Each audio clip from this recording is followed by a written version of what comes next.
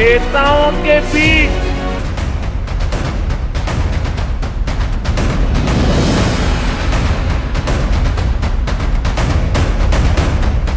Namaste, Jai Hind and welcome ladies and gentlemen to the battle for states. 4th of June doesn't seem so far away. We are back with election coverage, ladies and gentlemen. This time it's one big state and one union territory that is very, very critical. Two stories that will take the story of democracy, story of ballot perhaps to a different level of discourse, especially when we talk about the union territory of Jammu and Kashmir.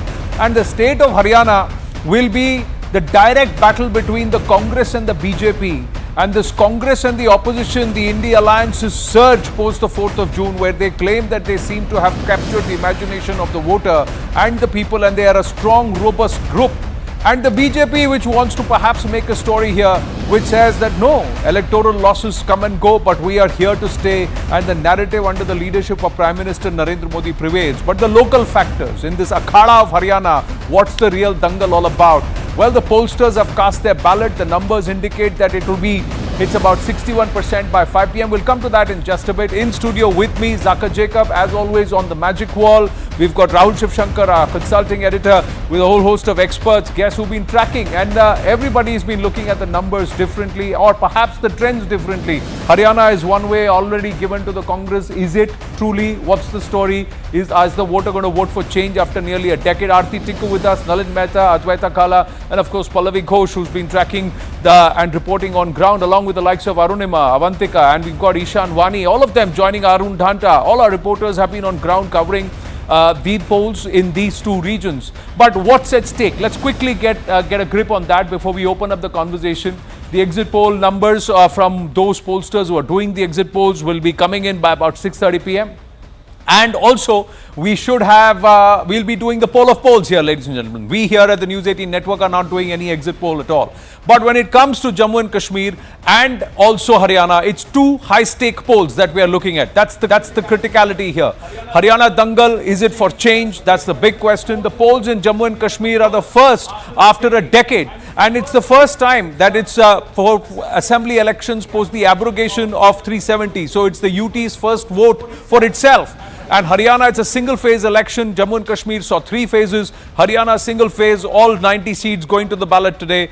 Fight for survival and relevance for some of the regional parties in Haryana. The JJP, the INLD. Fight for survival and relevance even for some of the Rivayati parties in Jammu and Kashmir, be it the PDP or the National Conference. Will they still hold sway? What happens with the Congress party there? There is the argument of restoration or bringing back Article 370 and going back to those days, along with perhaps the underlying commitment to statehood. So as per the Supreme Court guidelines, they've conducted the assembly polls. Is this perhaps the next big step to statehood? All these conversations, do they resonate on ground, or are the issues on which people have voted on ground different from what we are talking here in the studios? We'll get to know all of that and get the pulse. But first, it's about Haryana. We'll get to Jammu and Kashmir in just a bit. Zaka Jacob on the wall with Haryana plotted. Is it going to be a similar scenario, or is this map going to look very different on result day? We will know on Tuesday, 8th of October, what this map will look like. But this is how it played out in 2019. Remember, the BJP is in power for 10 years in Haryana. They had not come to power on their own in Haryana till 2014, and then 10 straight years in power. The last time in 2019, the BJP just about, it was still short of the halfway mark at 45. BJP managed 45 short of the halfway mark, but the JJP played kingmaker. Dushyant Chautala's party had 10% vote share, 10 seats, so 40 plus 10, they went past that 45. The Congress came short, it was just at 31 seats. This time around, the JJP, the INLD, the Aam Aadmi Party, which has also fielded, I think, about 70 odd seats out of the 90. Will they be relegated to the margins? Is it going to be a straight fight between the Congress and the BJP? Is it a classic case of anti-incumbency? I think that is going to be the critical question as far as Haryana is concerned. And very quickly, as far as Jammu and Kashmir is concerned, this is new terrain. This is completely uncharted territory. Anand was mentioning this is the first election in 10 years, first election after abrogation of 370, and most importantly, first election in a wholly delimited Jammu and Kashmir. Yes. These constituencies, the way they exist today, did not exist in the last election cycle or the one before that. So this is completely new terrain, as it were.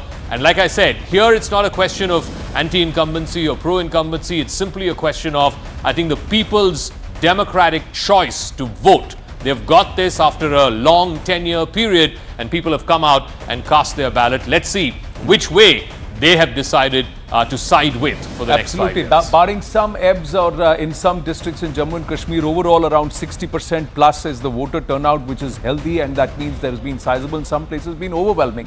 In Haryana, 5 p.m. the numbers say 61% voter turnout overall. Is that good, bad? Before we throw it across to Rahul Shivshankar along with our guests, quickly going across to Arun Danta. He's joining us from Sonipat. Arun, what's the feel on ground? As the dust settles, polling should come to a close now.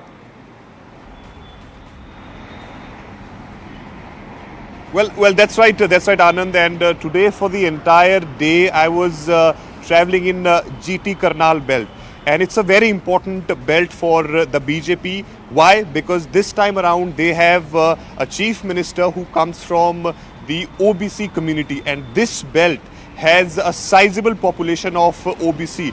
Places like Sonipat, Yamunanagar, Kurukshetra, Ambala, Sonipat, they all fall in this GT Karnal belt. And last time around in 2019, it was 50-50. BJP won 14 seats and Congress won 13 seats from this side. But this time around, when it is up to Naib Singh Saini, who comes from the OBC community, I think that's the card which BJP played when they replaced Manohar Lal Khattar. I started my day with Ladwa, from where Saini is contesting for the very first time. Right. This, of course, assembly segment comes under Kurukshetra, from where he was member of parliament. But one thing which I have observed on the ground in these areas is that there are hyper-local issues. I was speaking to people in Ladwa. They were saying for them the major issue is traffic congestion. Bypass is something which they want. When I asked them about the Agniveer farmers protest and others, the big national issues which made big headlines, they said these issues are secondary. What is important for us is hyper-local issues. They face traffic congestion on daily basis. So these are the issues that I found in other assembly segments. So you're saying 27 of the 90 seats in this GT Karnal region that you talked about, Arun, great job done. We've got to catch up and we've got to move on quickly. So that's why moving on and getting you up to speed on the voter turnout. Let's just quickly look at the voter turnout. Till 5 p.m. Ambala city vote were reported about 55% as a voter turnout. If you look at Ambala Cant, and there you had and Cant, Ambala Cant came to 59.3%. Bhiwani is at 62.26%. Dadri is at 62.26%. So that was Bhiwani, and this is Dadri at 56.3%. You have Faridabad, which is reported about 49%. So a lower turnout in Faridabad. Gurgaon is at 47%. So again, lower turnout in Gurgaon. Hisar is 57%. Panipat city is 54.6%. Rewari is 61.3%. So that's Panipat city, 54.6%, and we'll get to Rewari. Now we'll have Rewari up next coming through. That is at 61.3%. And then Sonipat, where we just had Arun Danta, and the voter turnout is less than 50% at 5 p.m. It's 48.7%. Yamunanagar, it's 64.88%. So there are certain regions which are polling or showing less than 50% turnout. Even the urban belts and the ones which are supposed to be BJP strongholds, it should be a cause for worry for the BJP. And there are other places where the turnout is quite strong. Overall, a robust 61%. Rahul Shivshankar. Yeah, let's just quickly break down Haryana for our viewers. Couple of things I want to say. Even in 2019, the BJP found it hard in Haryana. They didn't quite make the halfway mark. This is coming right off a very, very impressive performance in the Lok Sabha. So fundamentally speaking, already you saw anti-incumbency beginning to snip at the heels of the BJP as far back as in 2019. Now, what the BJP will be really hoping for is that this entire contest turns into a three-way contest.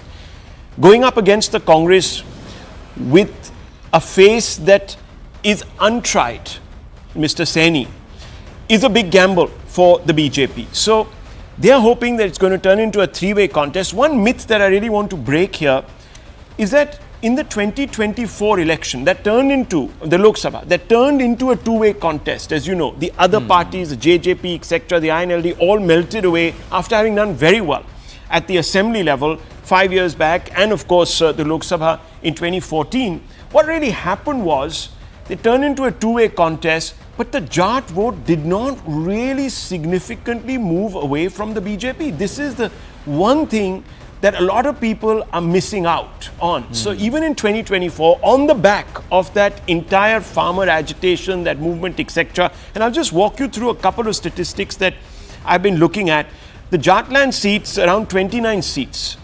And if you look at least the data that I'm sort of addressing, I don't know if it'll exactly tie in with what this is, but the BJP in 2019 had 12 of these 29 seats, the Congress 15. In the Lok Sabha 2024, the BJP had 15, so actually gained in the Jatland. And the Congress lost one. The independents went completely to the BJP.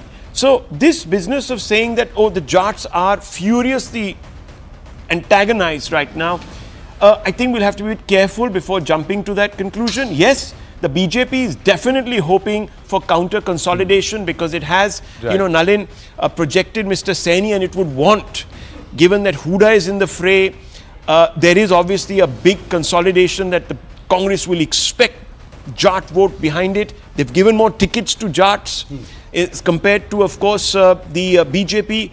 But the counter consolidation could happen and it could throw open things. I think the Dalit vote and the OBC vote really hold the key here. Nalin? I want to add to what Rahul is saying. As far as the Jat vote bank is concerned, Congress has given 27 tickets to Jats, BJP to 16. So BJP has gone back to an older template of the larger social coalition beyond Jats. But Rahul is absolutely right. BJP won 15 of the Jat-dominated seats in the Lok Sabha. If you convert them into assembly seats, Congress about 14. To me, the bigger issue in this election is, if you look at Haryana politics and the long view of Haryana politics, there have been 5 phases of Haryana politics, right? There was from the 60s onwards, when there was it is the heart of anti-Congressism. That's where it began. IRM politics began here. Resort politics began here, right? So there was that fun phase. Then there was a phase of the Janta parties, of the socialists largely, Vishal, Haryana, all of those guys. Then Congress comes back. There is a whole Devi Lal, the whole the Chotala generation. And now, from 2014, you've had a Narendra Modi phase in Haryana politics. For 10 years, the BJP has been in power. 2014 is the first time the BJP crosses the 30% threshold in Haryana. It's not gone down below that. Even in the Lok Sabha election of 2019 or 2024, when the BJP halved its seats from 10 to 5, its vote share was still 46%. Right? So in last 10 years has been a real outlier. It's been a new phase in Haryana politics. So now, in this election, you are seeing much less of Narendra Modi on the ground. You're hardly seeing him on the election posters of BJP, much less compared to earlier. The Prime Minister has campaigned, but not the extent that he has. I think about 27 rallies, and Correct. Mr. Shah has also done 27. Correct. In fact, the Congress, Rahul and Priyanka have sort of not been that enthusiastic. So the point is that BJP doesn't have. So BJP has become the pole of the election for the last 10 years. Now in a phase when you are seeing the second part of the Modi generation, if you like. Now, without a ground leader, not many people outside of Haryana know the Chief Minister of Haryana's name, right? So now in such an election, when the Congress is looking to come back, how much can the BJP hold on? Also, the BJP, because its politics has been around, is going back to an older template. It's not lost the Jats. But no, it's evenly split. But it's going back to an older template of its old. There's some couple of things here which need clarification. I think the Jat vote the last time around in the 2019 Vidhan Sabha election, the reason it split was because Dushyant Chautala put up a big fight. He got 10 seats. If those votes went to the Congress party, here's the data. I mean, the data doesn't lie. 30 seats, 29 is what you said. So 30 seats, which is basically the Rohtak belt, which is entirely Huda's. Then you go all the way up to Sirsa, Jeend, Hisar, this entire central belt, Panipat. It's split almost evenly between Congress and BJP, 11 seats to the Congress and 9 to the BJP. But the JJP got 6 of those seats. In 2024? In 2019 in the Vidhan Sabha. So 2019 it was, I'll give you the number of the Jatland, 12 to the BJP, Congress had 15. In 2024, BJP had 15, Congress had 14. No, but Mr. Modi's on the ticket. That's in right. The 2024 I'm not denying that. The other important factor is Dushyant Chautala is not going to get 6 seats this time around. I mean, everybody is acknowledging that his party will suffer the most. So where does that vote go? Does that vote go back to the BJP or does it go back if to it the becomes Congress? a two-way race, if it becomes a two-way race, it becomes problematic for the BJP. Of course. However, if there is a counter consolidation of the low caste, remember there are two parties. Now we are writing them off because of what happened in 2024, the JJP and the INLD, yeah. but they have interesting tie-ups. So the INLD is with the BSP, Yeah. the JJP is with Ravan, Mr. Chandrasekhar Ravan's party, Chandrasekhar Ravan's party, and those are interesting sideshows. We shouldn't take our eyes off those. It's interesting. This time around, I don't know, Pallavi, how much, and Advaita Kala and Aarti Tikku, look at this. The Congress is somewhere around 11% vote share. The JJP is again similar as them, to them. Sorry. And did I press something? Yeah. And the others have a good 19% here. The INLD is at 14%. Now, if these regional parties which are fighting for survival, and if there is a shift that happens, given the fact that Mr. Hooda is leading the charge on ground and he is trying to rally up the Jats in a big way, how much is it that the Congress is hoping to gain pull away from the JJP and the INLD? Will the Jats vote en masse in favor of the Congress? Because if they go up to a 30-35% vote share, then they will have significant seat conversions. Because even in a lower vote share, they have a higher seat conversion. Pallavi, Advaita. So, and somewhere just about 2-3 months ago, the whole sentiment was soon after Lok Sabha ki Haryana is gone for the BJP. It's like they're sweeping it away. Pallavi. Well, I would disagree with that. In the last 10 to 15 days, I would say BJP somehow seems to be getting that mojo back. And see, I found two things when I went on the ground. One is that let's not make a mistake of thinking that Naib Singh Saini is a pushover or a walkover. He's tried to come out on his own, and his biggest problem has been the shadow of Khattar. Because I asked him in this interview to him, and he's been facing this everywhere he's been campaigning. People think that everything has been micromanaged by Khattar, choosing the tickets, and the campaign and so on and so forth. So Saini, this is Saini's moment. He has to prove, in case the BJP wins, then it is going to be, he would have to prove that it's because of me and not entirely of Khattar. That's his one challenge. Ladwa mein, there's a lot of anger against Saini, which I did notice. He's been an MP from there, and there's a reverse double engine ki sarkar kind of a narrative push there. Meva Singh, who's a sitting Congress MLA from there, and whoever I spoke to, and just to add on to what Arun was saying, bypass and the farmers issue, that was something which was very strong. And they kept on saying that Meva Singh fought for us inside the assembly, but hamari double engine ki sarkar nahi thi, so we want to have Congress in this table. That's as far as Ladwa goes. Second, if you talk about the Congress, well, it is more than a Congress election. I would say this is a Hooda election. That's how they began from. Priyanka, I think last day she did a campaign, and that too when the BJP started pushing this narrative that she's scared about the Robert Vadra factor.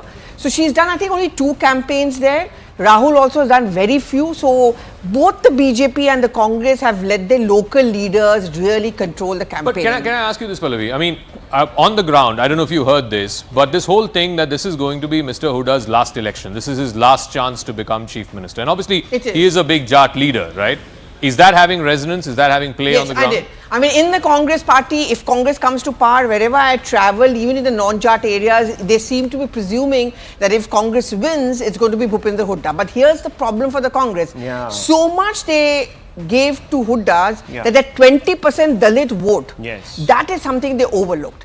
And very quickly, one more thing which has happened is that Kumari Shelja, they placated. You see those pictures of Rahul Gandhi, putting the hands up. And she goes to meet Sonia Gandhi, and usi din Ashok Tanwar joins. Correct. So the Shelja camp is little upset about the fact, because they read this as a kind of message from the Congress that apart from you, we have another Dalit with us, which is Ashok Tanwar. So we don't know how it's going to go on the ground. Ashok Tanwar was the one who was Rahul Gandhi's blue-eyed boy. He was made Haryana Haryana chief and all of that. And then he went to AAP, then he went to BJP, and he's finally made a Gharwapsi to Congress. And then there's a BSP there, there's a Azad there. We've got JVC Sriram, Charu Pragya and Tehseen Poonawala joining us, but Advaita Kala and Aarti Tikku, quick words before we take it out of the studio. Well, I mean, one quick thing is, of course, the Gandhis not being that involved in this particular election. I think the answer is clear. Bhupinder Singh Hooda is a man in his own right and is a leader in his own right. So I think he's kind of swallowed up that space to quite a large extent, and that he's going to be leading the fight over there. And it is about the Jat votes. I think that's extremely important, and that's the fight. And I think that's why he's got this leeway, even vis-a-vis the other people in the party, be it Randeep Singh Surjewala or Shailaja. He has been able to establish his requirements. He has been able to get the tickets for his people, because I think he's promised the Jat vote, to deliver the Jat vote, which frankly, is something that the BJP has managed to hold on to. So I think it's not only his last turn as being But CM. would you also agree that in the Congress, outside of Hooda, nobody is a pan-Haryana leader? No, nobody is. They may all be tall leaders in their pockets and they may hold sway over 10, 15, 20 seats. But across the 90 seats or majority of the 90 seats, if any one leader, it's let's the just former... say no one has had that opportunity also, right? So it's been a bit of a fiefdom. Correct. And Arti, that's part of the fight. Well, I mean, it's quite clear that the Congress is going to make a comeback with a good number. But at the same time, I think we should not write off the BJP. BJP is going to perform pretty, I would say, given the fact that there is anti-incumbency. But at the same time, in the last, as Pallavi was also pointing out, in the last few weeks, there is some considerable improvement in how the BJP has tried to project its own narrative in Haryana. In fact, the Dalit vote bank itself, if you remember how Kumari Selja's resentment with Congress and how JP Nadda played on that, that I think also is a factor we should count.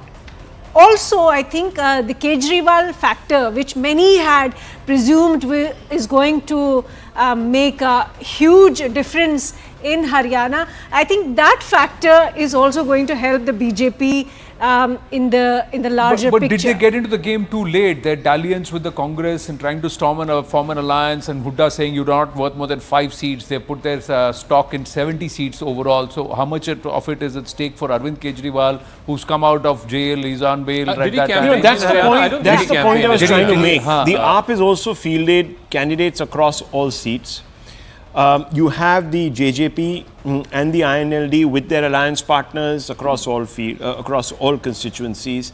There are things happening in the shadows. There are a lot of independents. We're also seeing in the this fray. as only a two-way fight. Congress BJP, the fight of two, big elephants in the room. Yeah, But I don't know. Things can change. One small, on a lighter note, they say that if Jammu and Kashmir sees a whole host of independents, Haryana is not so far away. In the same 90 seats, that there's a lot of drama that the independents could have. Charu Pragya, Tehseen Poonawala, JVC Sriram. Namaste. Charu Pragya, your thoughts? Inching back up, trying to catch up to the Congress in Haryana, but will that take you past the post? Good evening, Anand, and good evening to everyone in the studio and my fellow panelists. I have two quick observations. One, there is a lot of discussion about Jat votes, and maybe that stems from this repeated conversation of caste division that Congress has started across the country. They started it long back, and we have seen results of that again and again, and election after election. The people of India are rejecting that narrative. And I happen to be a Jat from Jat land, but in Western UP, not Haryana. I will tell you one thing. Every single time this bogey of Jats being against the BJP is being floated, and every single time when the votes are cast and the election results come out, one thing is very clear. The Jats have always been with the Bharatiya Janata Party for the last 10 years, if not more. After the farmers' agitation, elections happened in Uttar Pradesh as well, and all of Western UP was swept by Bharatiya Janata Party, and the same thing has happened in 2024 elections in Haryana as well. So this bogey that people want to float around and say Jats are not happy with the Bharatiya Janata Party, I think it is entirely false. It does not stand ground at all, and the numbers speak for themselves. The other thing is that if you look at the vote share of Bharatiya Janata Party in Haryana, steadily it has increased. So before it was BJP in power in the center, it was approximately 10%. It went up to 33%, then 36%, and in the last elections, it crossed more than 45%, which means that BJP's popularity in the state continues to rise. My last quick point is that in the states where Congress does have its government, we'll talk about Karnataka, we'll talk about Himachal Pradesh, the previous government that in fact Congress had in Rajasthan, we have seen how they have performed on their manifesto promises. Or should I say, where all of that, does that matter to the Haryana voter, or is it 10 years of Khattar is gone, there is Saini, does that matter to me, and where am I going to vote? Do I want a non-Jat chief minister and non-Jat leadership the last 10 years? That's been good. Or under a Jat leader and Jat politics in Haryana, were my times better at that time? Tehseen Poonawalla, will you agree that this is Congress's election to lose? They could have run away. That was the talk was that it's a runaway victory for the Congress party. Is it still looking that way? The exit poll numbers should come through very soon. But your thoughts? Namaskar Anand, Jai Hind, and namaskar to all my fellow panelists and to all your viewers. I am putting my money on my mouth. It is a sweep for the Congress. It is a tsunami.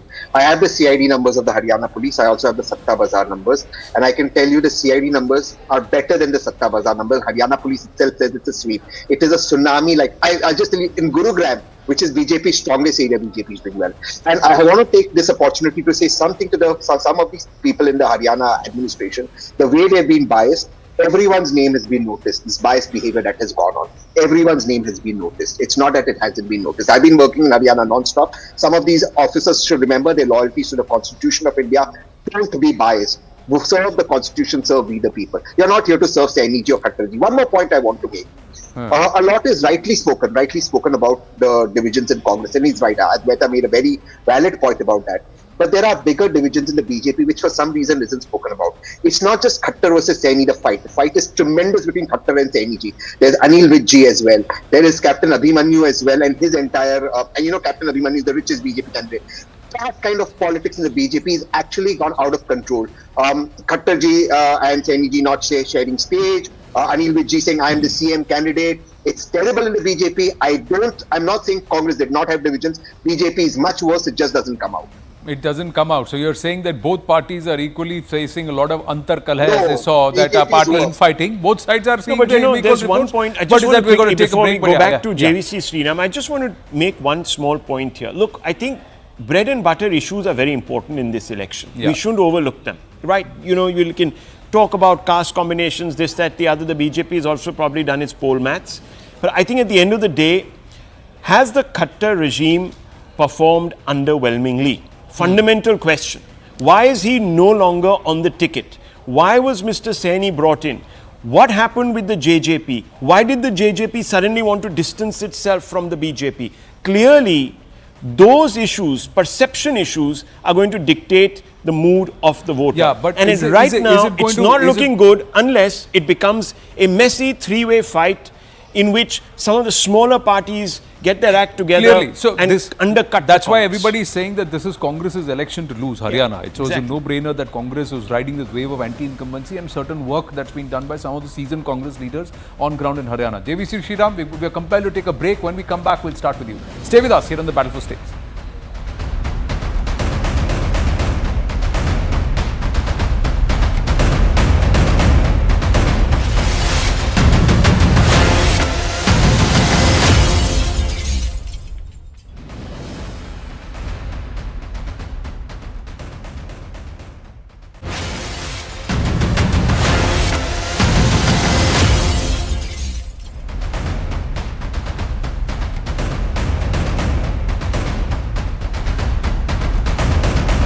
Hello and good morning. Thank you for staying with CNN News 18. I'm Sharon Elizabeth Matthew and let's take you to Haryana where it is a big day today as all the 90 assembly seats are up for polls. Now there are major stakes here for all the major political parties. Now let's begin what is really at stake today. Today marks a crucial day for Haryana as elections are being held for the 90-member assembly.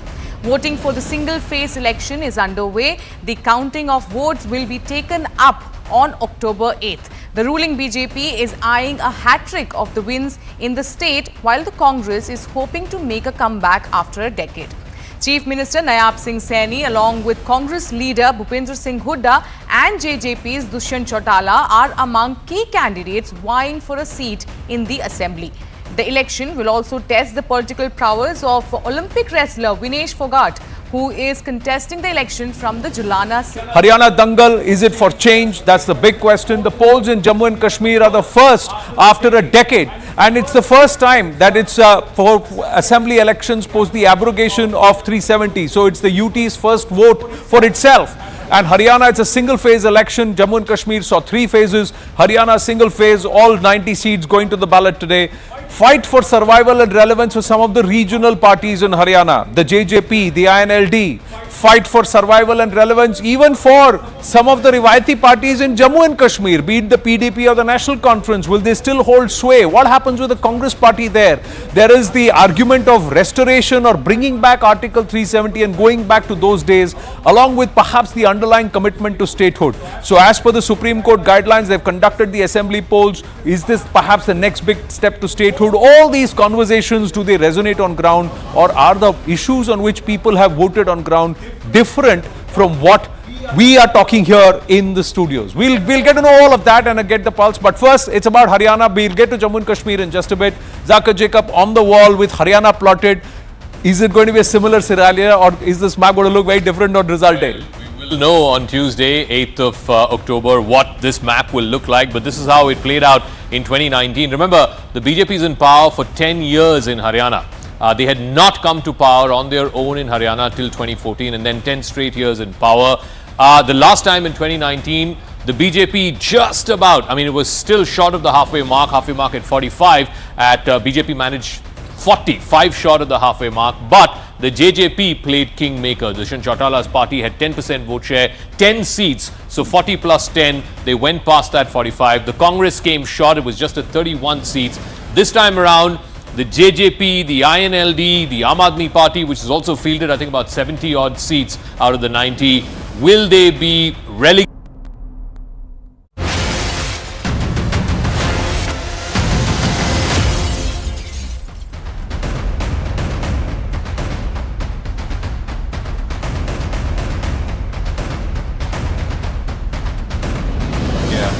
It's the battle for the states, ladies and gentlemen. 6:30 on the clock. The exit pollsters have started putting out the numbers. We should have the first set of numbers in just a bit. Even as we are saying welcome back, there was excitement here in the newsroom saying, oh, one of the pollsters has already released the numbers. We'll put that out in just a bit. Just wait with us for about 30 seconds. But JVC Sriram, quick word. We'll stay focused on Haryana before we get the dominations. Where are the areas of influence of the Jats, the Dalits, the OBCs on the wall with Zaka? JVC Sriram, your take on Haryana?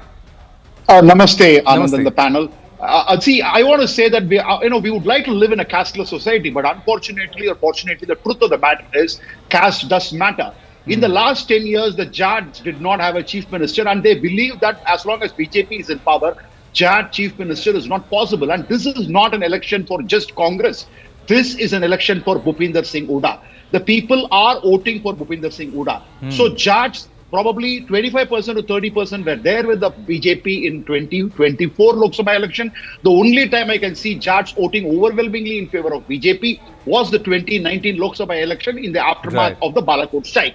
And I want to say a very important thing which has not been covered here, which is the SC vote. The Dalit reserved constituencies have been 17. And what the Congress party had done is 12 of the 17 seats they have given to the dominant or the numerically higher Jatav community. On the contrary, BJP has given 8 seats to Jatav community and have picked up the smaller or the numerically smaller and probably less influential like Valmiki and other communities, and they've given 9 of those seats to them. And also the third thing which we need to look at, the Punjabi Hindu 6. The BJP has been able to give more space to them. On the contrary, the Punjabi 6 have been given more dominance by the Congress party. All in all, this is an election for the Congress to win, but this is not a natural election for the Congress to win, which is what I would like to tell somebody like Tishin Punawala, because Congress is not a natural choice. I'll just take 30 seconds. Congress is not a natural choice in Haryana. It is a default opposition choice, because every time Congress had ruled, 1972 to 77, they have been decimated to 3 seats. 82 to 87, Bhajanlal as chief minister, they had been decimated to 5 seats. 91 to 96, what happened in 96? They were decimated to probably 9 seats. And in the 2000 election, even after being in opposition for 9 long years, they hardly could win 20 seats. And then in 2014, after 10-year rule, they just won 15 seats. But I can tell you, I can promise you, it could be an Hooda government. but Right. BJP is not going to fare as badly. Right, we'll see. as We'll see. Congress, what this We'll Congress see did. what happens. We'll see what happens. Omar Abdullah has just tweeted, said that exit polls is nothing but time pass. Real results will come on the 8th of October. It's a Saturday evening. Do the time pass with us, Mr. Omar Abdullah. Watch us here at CNN News 18. We're all Most doing welcome time to- pass. We're all doing time pass. But here are the numbers. The time passers Here are are the here. numbers, ladies and That's a very gentlemen. good one. The first numbers, the Matriz exit poll numbers have now come. Let's try and call them up here on our stage. The first My Haryana pulse is really are the poll racing. of polls. Wow. The first set of numbers that are going to come in. We've got the numbers here within the newsroom. We should see it on the graphics also very, very soon. Now, the numbers are suggesting 59 seats for the Congress party, 21 for the BJP, nothing for the AAP, 2 or more seats for the JJP plus combined, and 4 seats for the INLD. That's the breakup. So it's running away. The Congress seems to be running away with the elections, nearing about that 60-seat number, which is a runaway win for the Congress party. So the Matriz polls right at the bottom, you see them. That are part of the mega poll of polls. The first set of numbers that have come in: 59 for Congress, 21 for the BJP, 4 for the INLD, 2 for the JJP, nothing for the AAP. This is the median that they've taken. Actually, Yeah, Matriz because has it's not given adding the up otherwise. range. Yeah. The range is Congress 55 to 62, BJP 18 to 24, INLD 3 to 6, JJP 0 to 3, and others 2 to 5. So 55 to 62. If they cross 60, that would be a 2/3 majority for the Congress. And Yeah, last time they had 31. So they've almost doubled. The number of and seats. that then shows the trend that it's a big win and it's an election for the Congress to lose, and the But BJP the numbers are kind of not adding up if you look at them. It's a median. These a numbers are the median median. of- These Okay, so we numbers must are the clarify median. that That's why it's a they median. Matriz, that's what Zaka Yeah. was saying. They've released a range of numbers. Rashid Kidwai is with us in the studio. There you go. This is the range. BJP is 18 to 24. Congress is 55 to 62. JJP is 0 to 3. INLD is 3 to 6. And the others are 2 to 5. So clearly, Matriz very clearly saying 46 is the halfway number. So the Congress very, very comfortably, not just a majority, but an overwhelming majority, and almost doubling up its seats, as Zaka said, compared to the last time around, the last elections. Rashid Kidwai, is it capturing the trend and the mood on ground in Haryana? Yes, I think it is going to be a kind of, if this numbers hold on, it will be a historic win for the Congress. Coming from a state that has a very sort of, strong BJP footprint for last 2 terms, this is also a victory. If it happens, translates on 8th, this will also be a victory for Rahul Gandhi in a way. Here, his faith in a regional satrap, that be Bhupinder Singh Hooda, that played off, and Rahul Gandhi himself, drew a lot of traction, and this is something which is very welcoming for the Congress party for the time to come, because next elections is Maharashtra. If Rahul Gandhi starts, getting support in northern India in Hindi-speaking areas, then that is going to be a game changer by the time 29 elections are held. So you're saying despite Rahul not aggressively campaigning in Haryana compared to the Prime Minister and Amit Shah for the BJP, and it being largely championed by Bhupinder Hooda, the rub-offs will still be for Rahul Gandhi whenever, because the fact is that he is the face or he's the man behind in the shadows. Absolutely, yeah. Is that what Advaita Kala agree, disagree? No, alternatively, I think to be fair, the elections where the Congress has done really well, Rahul Gandhi is kind of backed off from the campaigning there, no, Rashid? I think the only Not contribution really, because is holding see, the hand. like a micro management, management striking a kind of balance between regional satraps. There are a lot of the kind of issues that were raised. So there is a Rahul Gandhi stamp is, and look at the way nobody would have believed that it would happen in, so to say, in Modi era, that a BJP leader holds a public kind of meeting, that being Ashok Tanwar, and next time within an hour he's in the Congress camp. So that one second, we're getting numbers from Jammu and Kashmir. We don't want to put it out. One second. The Jammu and Kashmir numbers, only the Jammu region, C voter has come out with the Jammu region numbers. So we don't want to put it out fully there, because we want to wait for the entire state. But I just want to read this out for our viewers and for our panelists here. Jammu 43 out of 90 seats in the entire Union Territory.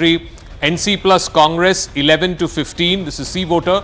BJP 27 to 31. PDP 0 to 2. And others 0 to 1. So this is in the Jammu region, which is 43 out of 90 seats. Yeah. So we put out those numbers on Jammu and Kashmir, but their talk generally is, if the BJP breaches the 30 number in Jammu region itself, then the story for Jammu and Kashmir overall could be very, very interesting, and the way it pans out. But we'll circle back to Haryana for a bit. Tehseen Poonawalla and Charu Pragya. Yes, Charu Pragya.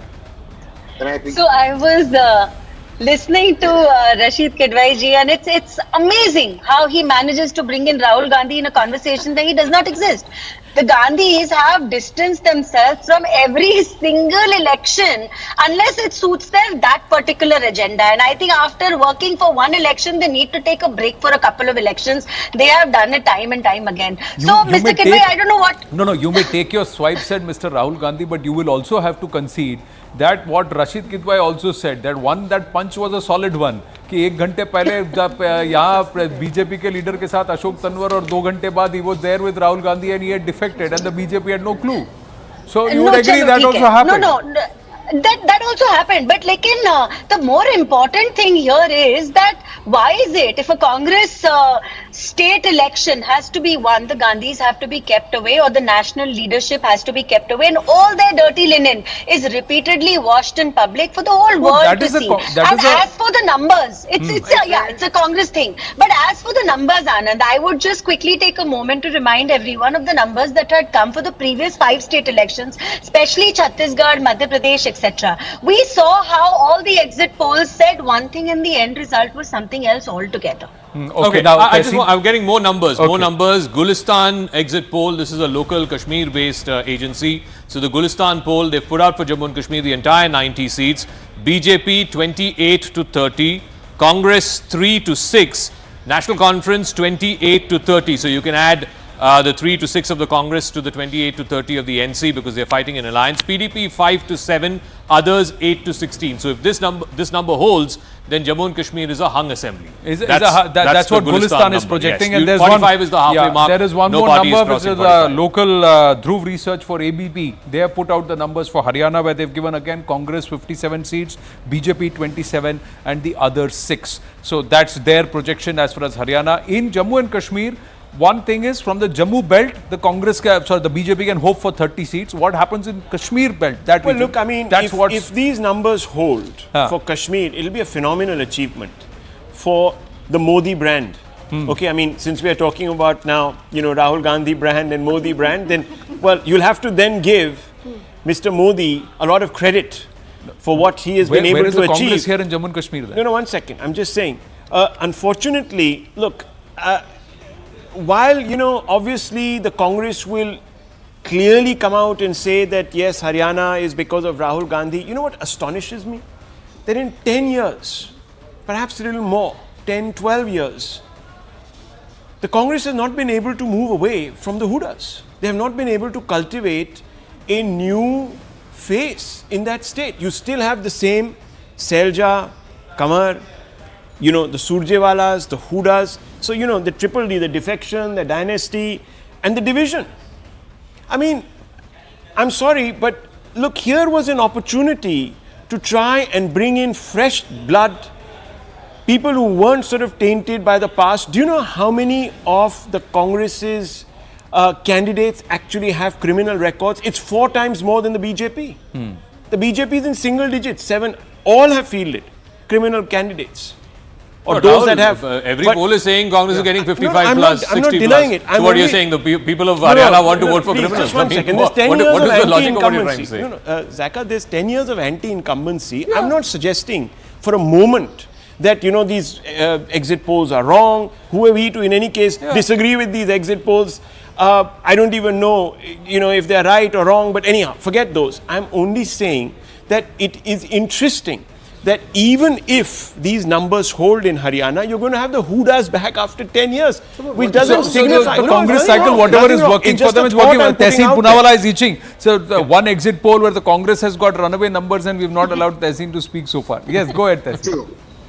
Two exit polls, but no, I'm saying one state. Sorry, go ahead. One state. But my numbers from Haryana are slightly different. I'm giving the Congress 61 and BJP 22. This is from the police Haryana CID report. 61 to the Congress, 22 to the BJP, and 7 to the others. So I'm sticking my guns. It's 58, 59. The exit pollsters are 2 or 3 of your numbers, so that plus minus 3%, 2% margin of error will be. Tehseen, what did the CID tell you in 2024 Lok Sabha? Did they also They tell you said this? they said 5-5 because of the Modi factor, and Modi ji is the biggest factor in the They Lok told Sabha you election. that back then it was 5-5. Okay. So, and it turned out to be 5-5. Now that you can, it's subject to his calling it out because the hindsight is, there's got the luxury of hindsight. CID But- seems to be the best exit pollster in the country. We should have hired them. Haryana CID seems to be the best exit pollster. But Between I am the also Satya curious. Bazaar and the CID, I'm also curious how that's has where we should Tehseen have got the Haryana CID numbers.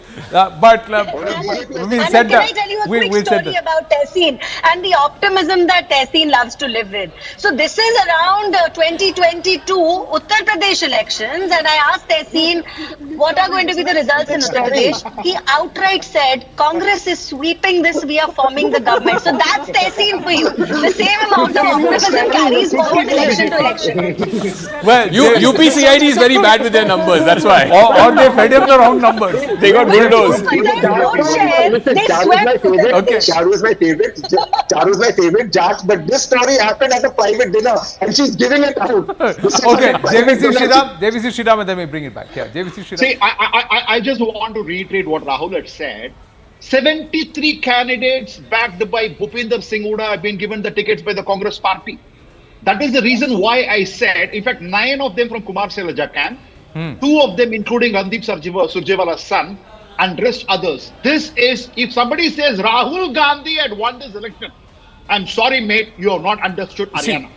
This is an anti-incumbency vote. And correct, and it's a pro Congress, anti-incumbency, this one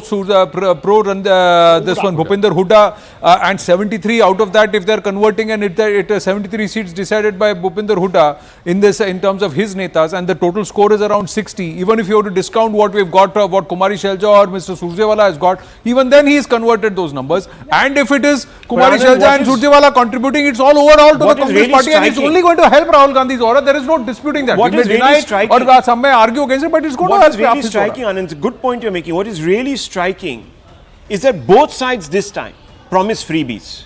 Despite the BJP promising freebies, now, if these numbers hold, the extent of anti-incumbency, this is not going to augur well for the BJP because it positions itself as a party of governance more than any others.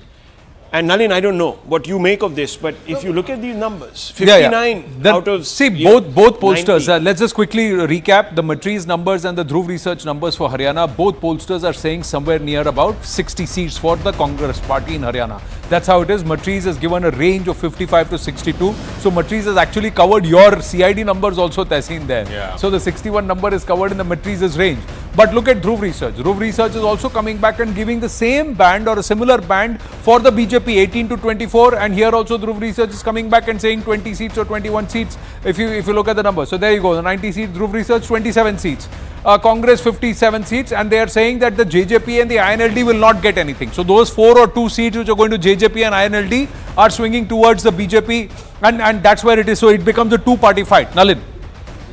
Zaka was saying in the beginning of the program, if it becomes the two-party race, as this is showing, then that is advantage Congress. Exactly. Right? Because if even in the 2024 Lok Sabha election, the 10 seats that JJP had won in the last assembly election, 9 of them Congress and AAP won together, if you can convert them into assembly seats. So the two-party race, it's advantage Congress, and that's where the extra... No, and then the story then translates on the recent past that the voter that had moved away from the Congress in between 2012 to 2014, 10 years later, those voters which moved to may not to be the BJP but to other alternatives which they thought could be, are now counter-consolidating and saying, all right, the only opposition party or the single party that we can vote for and we should vote for is the Congress, and let's consolidate to Congress. So the voters now again come back this evening by saying this becomes a two-way contest. It's going to be problematic for the BJP, and it appears that it has turned into a two-way. It's exactly what happened in the 2024 election. So if the counter-consolidation... This is the first election, if these numbers hold,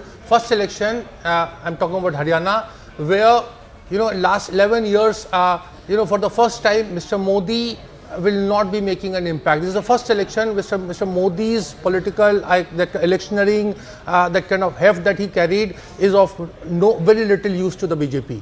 So this is also a kind of watershed moment in electoral politics since 2014. No, but Rashid Kitwa, I know you'd like to take those pot shots at the Prime Minister, but between 2014 to 24, there have been state elections where the BJP has lost, the PM has campaigned, and the BJP has lost, and they have had electoral reversals. But you are saying that post June 4th.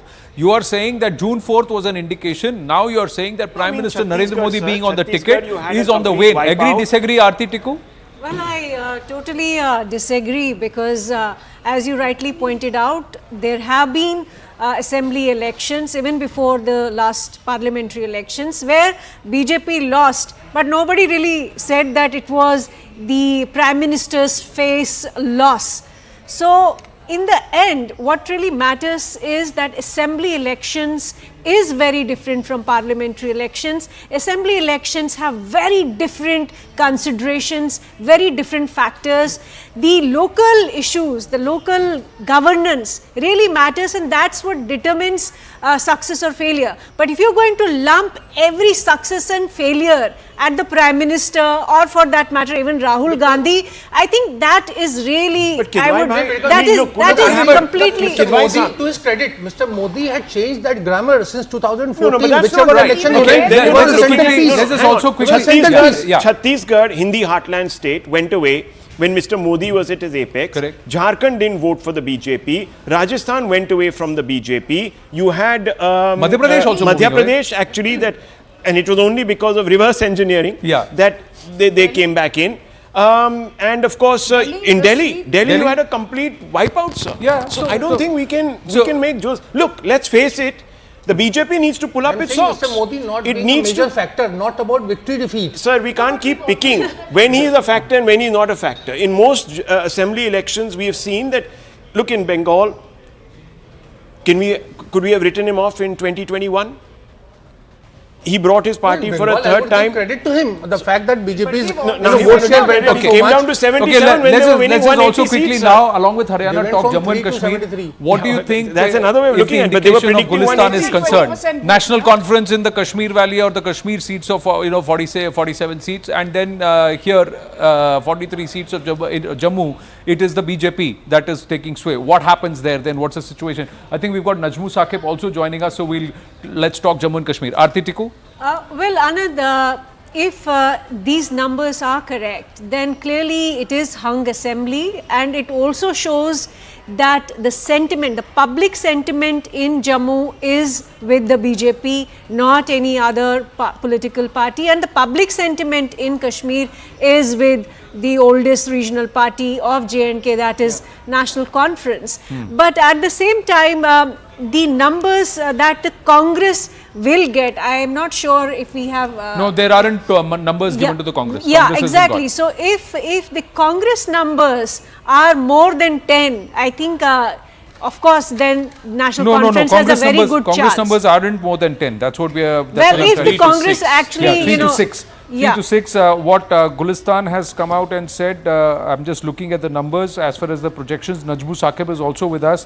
The numbers say National Conference 11 to 15, BJP 27 to 31. This is the Jammu region, PDP 0 to 2. Gulistan News has projected where it is saying BJP 28 to 30 overall in Jammu and Kashmir, Congress 3 to 6, National Conference 28 to 30, PDP 5 to 7, and others are 8 to 16. Najmu Saqib, your thoughts? This is Gulistan. I think these are very early projections. I would differ with them. I think the results are going to surprise everyone because this election we saw good participation. I wouldn't, I know for a fact that in the participation in 2014 as well as in Parliament was higher as compared to 2024 elections. So it's very difficult to predict, and the number of candidates in a lot of constituencies were very, very higher as compared to the previous elections. So this is very difficult elections to predict because this is happening after 10 long years. So no political party can with certainty say that we are winning these number of seats. But as far as we are concerned, look, we had a very tough time. Our political party, PDP, we had to face the brunt of what our party president was saying post 2019. There were 3 political parties that came into existence 40 of our leaders were either coerced to leave the party or lured to join another political party. So it was very tough time for us, but we are very happy. We gave a very, very good fight. I think results will surprise everyone, and we certainly do hope that we will have a very important what role. What is your own estimate of the PDP's performance both in Jammu and in Kashmir? I think in Jammu region it won't be as you rightly predicted 0 to 2. That is what I agree. But in Kashmir region, I think the numbers will be slightly better. So you're saying you will get into double digits? You're saying you will get at least 15 seats? Yes, That's what you're saying? Yes. But yes, 15 seats of the PDP throws them into the mix too, if it is 15 seats. But we have one more poll. I think PDP will not be in any position to be the kingmaker. In fact, PDP is the only political party which has lost its ground completely in Kashmir post to 2019. Their alliance with the BJP, in fact, is the reason for that rout in Kashmir. Also, Mehbooba Mufti's government in alliance with the BJP was actually seen very, very anti-Kashmir by Kashmiri people, Kashmiri Muslims, that's to say. Right. The interesting numbers of Dainik Bhaskar that I've come across both for Haryana and for Jammu Kashmir. But we'll tell you that when we come back from a break. I'm compelled to do that. We'll come back and interesting numbers from Dainik Bhaskar when we come back here on the Mega Poll of Polls, Battle for the States. Stay with us.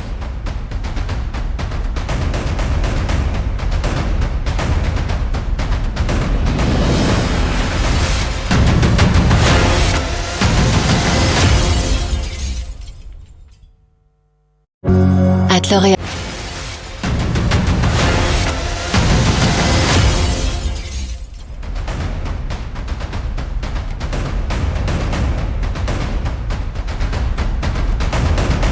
Hello and good morning. Thank you for staying with CNN News 18. I'm Sharon Elizabeth Matthew and let's take you to Haryana where it is a big day today as all the 90 assembly seats are up for polls. Now there are major stakes here for all the major political parties. Now let's begin what is really at stake today. Today marks a crucial day for Haryana as elections are being held for the 90-member assembly. Voting for the single-phase election is underway. The counting of votes will be taken up on October 8th. The ruling BJP is eyeing a hat-trick of the wins in the state while the Congress is hoping to make a comeback after a decade. Chief Minister Nayab Singh Saini along with Congress leader Bhupendra Singh Hooda and JJP's Dushyant Chautala are among key candidates vying for a seat in the assembly. The election will also test the political prowess of Olympic wrestler Vinesh Phogat, who is contesting the election from the Julana seat on a Congress ticket after her disqualification from the gold medal match for being overweight. की सरकार हरियाणा के अंदर बन रही है जी बिल्कुल sir, तो कितने आश्वस्त हैं? क्या कुछ लग रहा है कि तीसरी बार सरकार बन रही है, क्योंकि कांग्रेस लगातार बोल रही है कि क्लीन स्वीप होने जा रहा है कांग्रेस का। कांग्रेस की झूठ की राजनीति थी, उसको नकार दिया है। लोकसभा के अंदर उन्होंने झूठ बोला कि संविधान खत्म हो जाएगा, आरक्षण खत्म हो जाएगा। सबसे बड़ा चेहरा आरक्षण खत्म करने का अगर किसी का सामने आया है तो राहुल गांधी का आया है। अगर इनका डीएनए भी हम टेस्ट करें, जवाहरलाल नेहरू से लेकर के इंदिरा गांधी से लेकर के राजीव गांधी और अब उनका तीसरी पीढ़ी का व्यक्ति राहुल गांधी, वो भी आरक्षण को खत्म करने की बात उसने कही है। पूरे देश ने देखा है। वो अगर अंग्रेजी में वहां बोलता है तो हम हिंदी में तो बता सकते हैं। यहाँ पर वो जानते हैं, लोग हमारे भारत के सब जानते हैं कि क्या बोल रहा है क्या नहीं बोल रहा है। और अशोक तंवर ने तो ज्वाइन कर लिया है जी कांग्रेस। वो कह रहे हैं कि अब भाजपा जो है वो एंटी दलित हो गई है। देखिए 2 दिन पहले की बाइट उसकी दिखाना, और अशोक तंवर क्योंकि एक पार्टी में तो रहा नहीं है, वो तो हर जगह घूम रहा है, उसके पैर में चक्कर है और वो घूम रहा है। अच्छा है, कांग्रेस का सुपड़ा साफ हो जाएगा। लोगों से क्या अपील करना चाहेंगे? कोई दिक्कत नहीं है, हमारे मुख्यमंत्री तय है, हमारी मेजोरिटी आने वाली है और एकदम स्मूथ तरीके से भारतीय जनता पार्टी सरकार बनेगी। 100% तीसरी बार हरियाणा में भारतीय जनता पार्टी की सरकार नायब सैनी जी के नेतृत्व में बनने जा रही है। 10 साल भारतीय जनता पार्टी की सरकार ने यहाँ के लोगों को ईमानदार और पारदर्शी शासन दिया है और विकास और सुशासन देने वाली सरकार हरियाणा के लोगों ने पहली बार हरियाणा में देखी है। रोज हरियाणा में मिनिस्टर जेल जाते थे भ्रष्टाचार में, इसलिए देश में भी मोदी जी के नेतृत्व में देश के लोगों ने तीसरी बार लगातार एनडीए की सरकार बनाई है और हरियाणा में भी, क्योंकि हरियाणा के लोग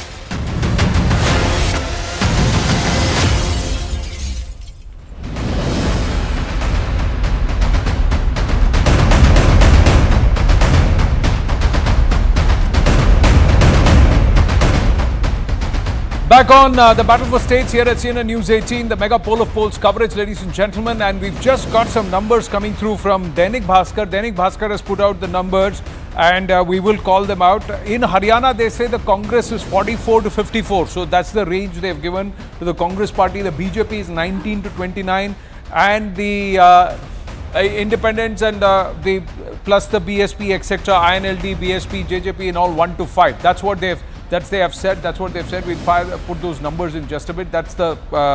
But in Jammu and Kashmir, it's interesting. They say the National Conference could emerge the single largest party. So their range is 35 to 40 for the National Conference plus Congress plus. So that's the INDI alliance there. But the PDP not part of that INDI alliance. PDP is 4 to 7. BJP is 20 to 25 seats, and the others are 12 to 16. So in this case, the numbers clearly from Bhaskar show that the Congress plus combination, that is the National Conference largely plus the Congress party, will be 35 to 40 there. So believable, not believable? Aarti Tikku, Rahul Shivshankar, Nalin Mehta? Well, Congress 35 to 40, are we talking about? Congress is National Conference plus Congress. Conference plus yeah. Congress. Yeah, Congress plus National Conference, I think can get up to that number. But notice, they are still not halfway through. Yeah. So they will still need some support either from, I don't think PDP will be supporting them, but more likely Sajjad Lone People's Conference. They might seek their support and some independents also.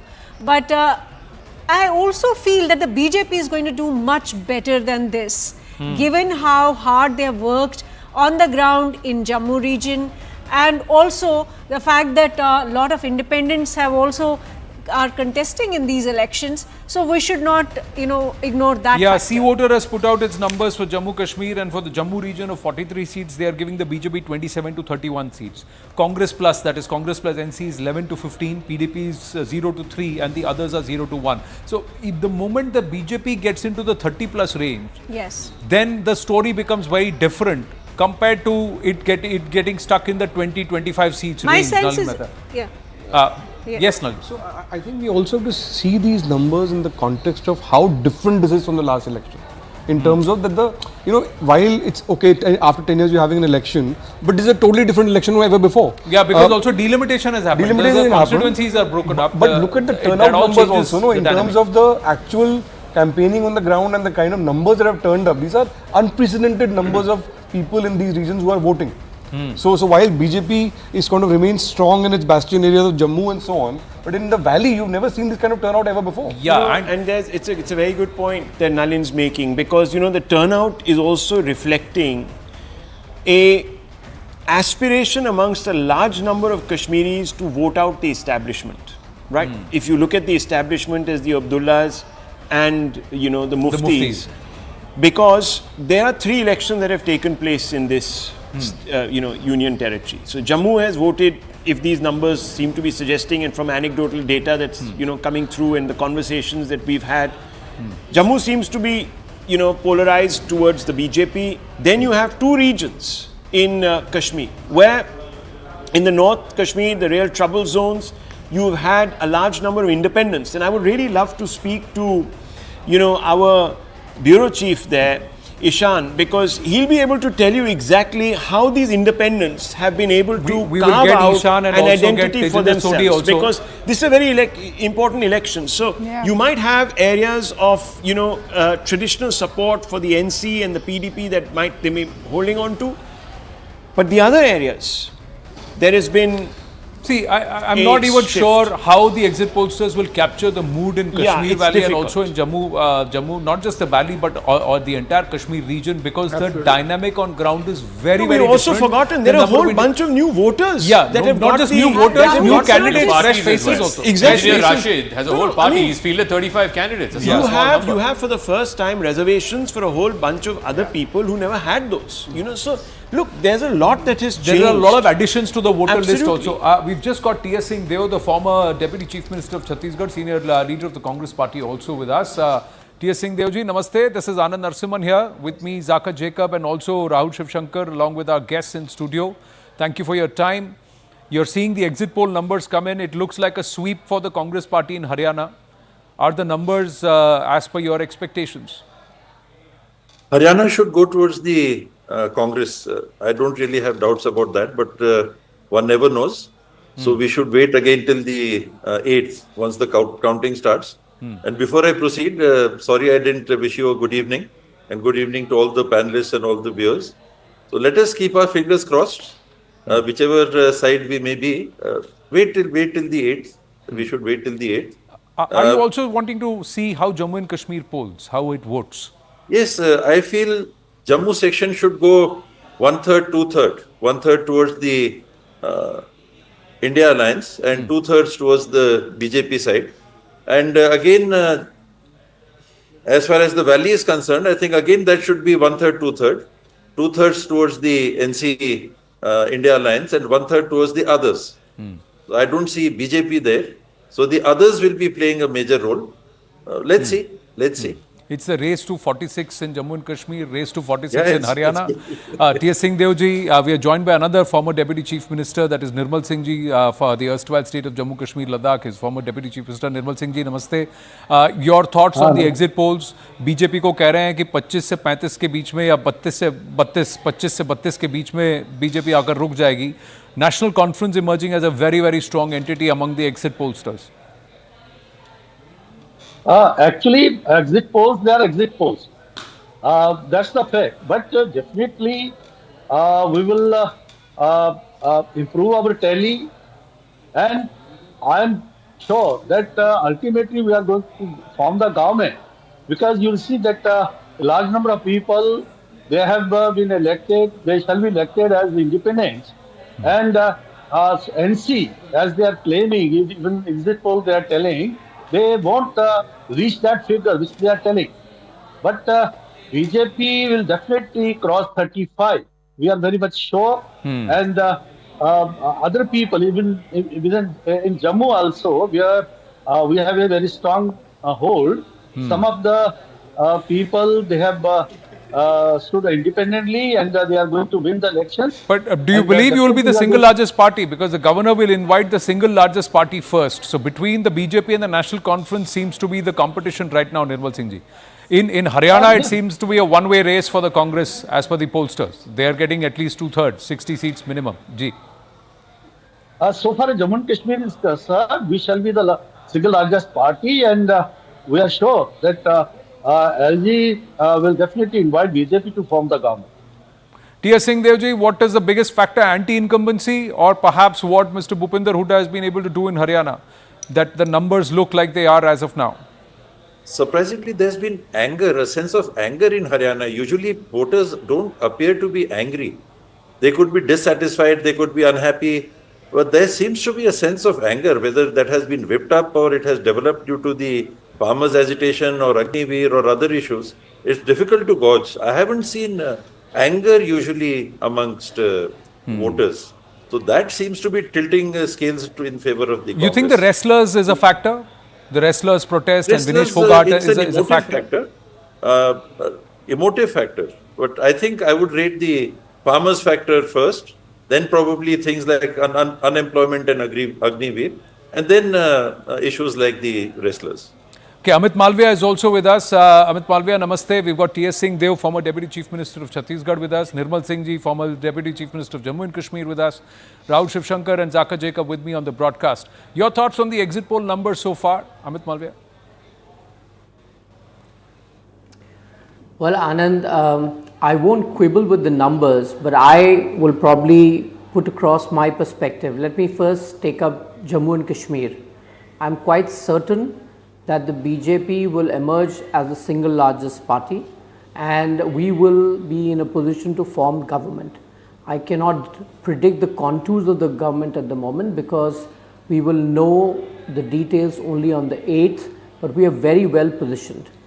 And unlike what the exit pollsters are saying, we've got to understand that the Jammu region is completely aligned with the BJP. In Kashmir, where the BJP fielded about 19 candidates, there were a slew of other parties, including the traditional ones like the National Conference, PDP, Rashid Engineers Party, Sajjad Lone, Altaf Bukhari, and several independents.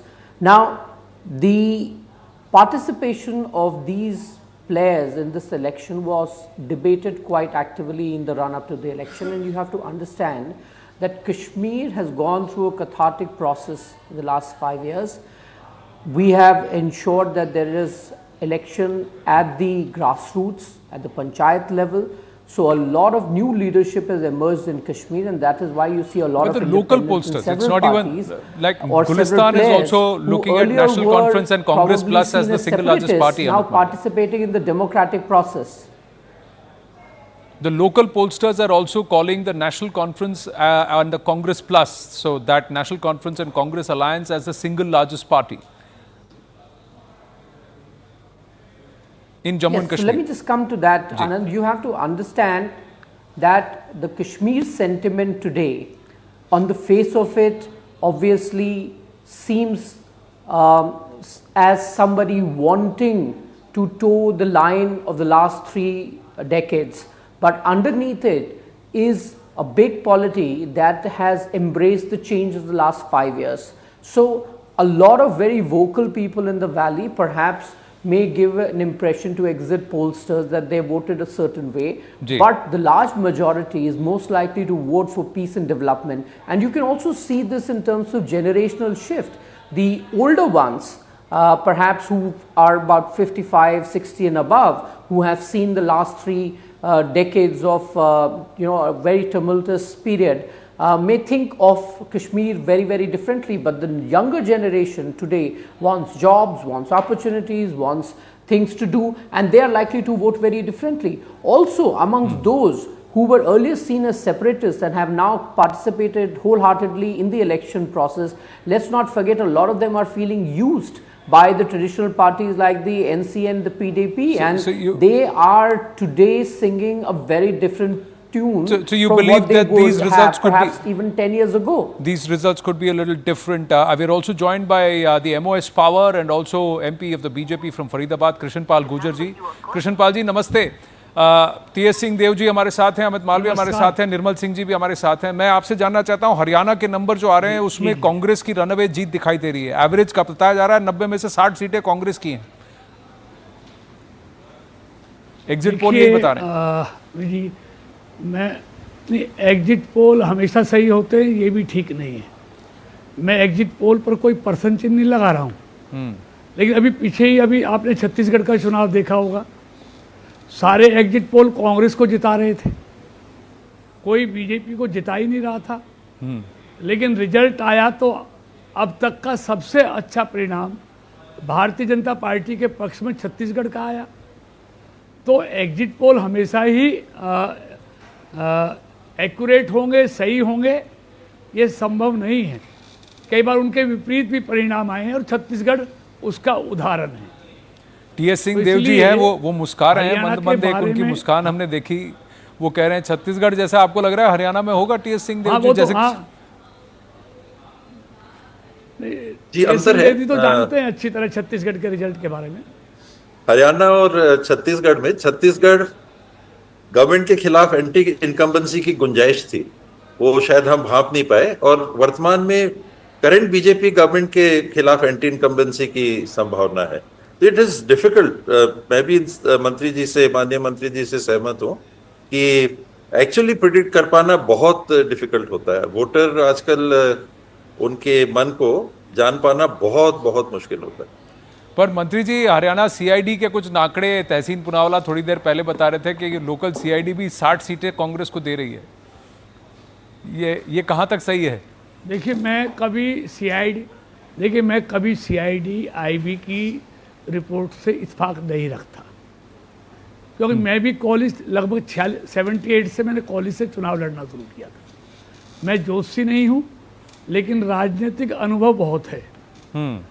Faridabad Lok Sabha के बारे में भी CID और IB की report कुछ भिन्न थी।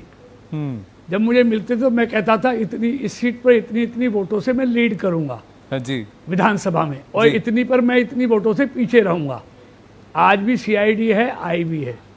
जो मैंने कहा वो सच निकला।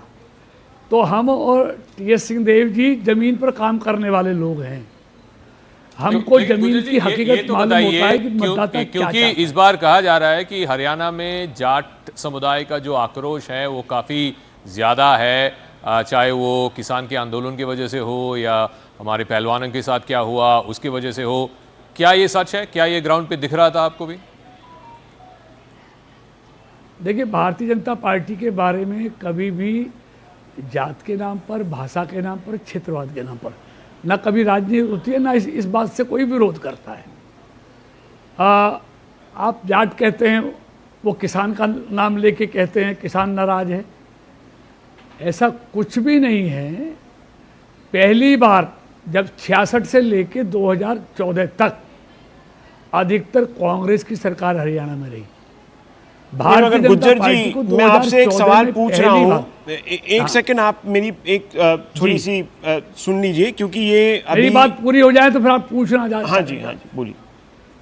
मेरी बात पूरी हो जाए तो मंत्री जी बोलिए। तो 2016 उन्होंने हरियाणा में हमेशा, मैं ये कह रहा हूँ, हमेशा भेदभाव और क्षेत्रवाद हावी रहा है हरियाणा की राजनीति पर। पहली बार पिछले 10 सालों में हरियाणा के लोगों को रोजगार में भी और विकास में भी एक सबका साथ और सबका विकास, हरियाणा एक हरियाणवी एक, ये लोगों ने हरियाणा की भूमि पर होते हुए देखा है, न्याय होते हुए देखा है। तो इसलिए एक ईमानदार और पारदर्शी सरकार बहुत लंबे अरसे के बाद हरियाणा के लोगों ने देखी है, इसलिए अंतर स्पष्ट है। गुज्जर साहब को लेके आज भी देखिए, भूपिंदर हुडा साहब कह रहे हैं कि इनकम्बेंसी नहीं है बीजेपी के खिलाफ, प्रो इनकम्बेंसी है। नहीं तो अगर ऐसा होता है तो फिर खट्टर साहब को परे क्यों कर दिया गया? उनकी जगह नायब सिंह सैनी साहब को क्यों लाए? वो परिवर्तन क्यों हुआ मंत्रिमंडल में? नहीं, देखिए, परिवर्तन तो बहुत स्टेटों में होते हैं और उसको इस बात से बिल्कुल उसकी तुलना नहीं करनी चाहिए कि चुनाव के लिए उनको बदला गया था। नहीं, मगर फिर हम इसको किस रूप से देखें? फिर रहते हैं। ये तो सब तब होता है जब कोई नई सरकार आती है, तब यूजुअली जहां पर पहले हुआ था उत्तराखंड में 3 या 4 चीफ मिनिस्टर्स बीजेपी ने बदलने पड़े और उन्होंने बाद में आके ये भी कहा कि एंटी इनकम्बेंसी थी इसीलिए हमने ये किया। आप टिकट भी तो नहीं देते हैं। Amit Shah ji from time to time 1/3 ticket deny करते हैं इनकम्बेंट को टू ओवरकम एंटी इनकम्बेंसी। तो इस तरीके के ये जो फेरबदल हुआ, जो इनको साइड पे किया गया, ये तो इसीलिए हुआ। मैं आपकी इस बात से इत्तेफाक नहीं रखता। ये टिकट काटते नहीं है, नए लोगों को मौका देते हैं और हमारे यहाँ हमेशा नए लोगों को मौका दिया जाता है। तो टिकट काटने का सवाल नहीं है, नए लोगों को मौका देना है। और हमारे पास हर क्षेत्र में एक से एक अच्छे प्रामाणिक कार्यकर्ता, मैं जरा जिताऊ उम्मीदवार पार्टी के पास बहुत होते हैं, तो नए लोगों को मौका देते हैं, किसी का टिकट काटते नहीं। बट किशन पाल जी, मैं बस टीएस सिंह देव जी से पूछना चाहूंगा, are you thinking of the same thing? Is the BJP sounding exactly like the Congress was sounding in Chhattisgarh? कि जो एंटी इनकम्बेंसी को डिनाई, इस फैक्टर को डिनायल मोड पे, ऐसा तो नहीं? हाँ, to that extent if you are denying anti incumbency, Chhattisgarh Congress should have factored in anti incumbency. पर हरियाणा में आपको क्या लगता है, एंटी इनकम्बेंसी है या फिर there are other reasons why the Congress is looking so solid in the exit poll numbers, mister Tej Singh Deo? पुराने जो चीफ मिनिस्टर साहब थे, खट्टर साहब थे, उनके बारे में मैंने कोई भ्रष्टाचार की बातें, अन्य बातें, ये बातें नहीं सुनी, लेकिन ये सुना कि थोड़ा अप्रोचेबल नहीं थे। एक रेपो, जो 1-to-1 रेपो की कमी होती है, ये कमी की बात मैंने सुनी और माहौल उसके आसपास बनने लगा। बहुत ज्यादा काम होते हुए नहीं दिख रहे थे। नए जो उनने स्कीम्स कुछ इंट्रोड्यूस किए, आईटी इत्यादि के ये सब काम किए, उससे नाराजगी रही। जॉब्स दिख नहीं रहे थे। दैट सेंस ऑफ डिससेटिस्फैक्शन वो बिल्डअप होता है, काम नहीं मिल रहा, काम नहीं मिल रहा। एक ने बोला, दो ने बोला, 100 ने बोला, 1000 ने बोला। ये बात सही हो गलत हो, प्रचार बन जाता है तो फिर माहौल बन जाता है। तो मेरे ख्याल से जो पूर्व मुख्यमंत्री जी थे वो इन फैक्टर्स को मैनेज नहीं कर पाए और किसान आंदोलन एक बड़ी बात थी। उनने कड़ाई से उसको रोकने की कोशिश की, जो भी कारण रहा होगा, प्रशासनिक कारण रहे होंगे।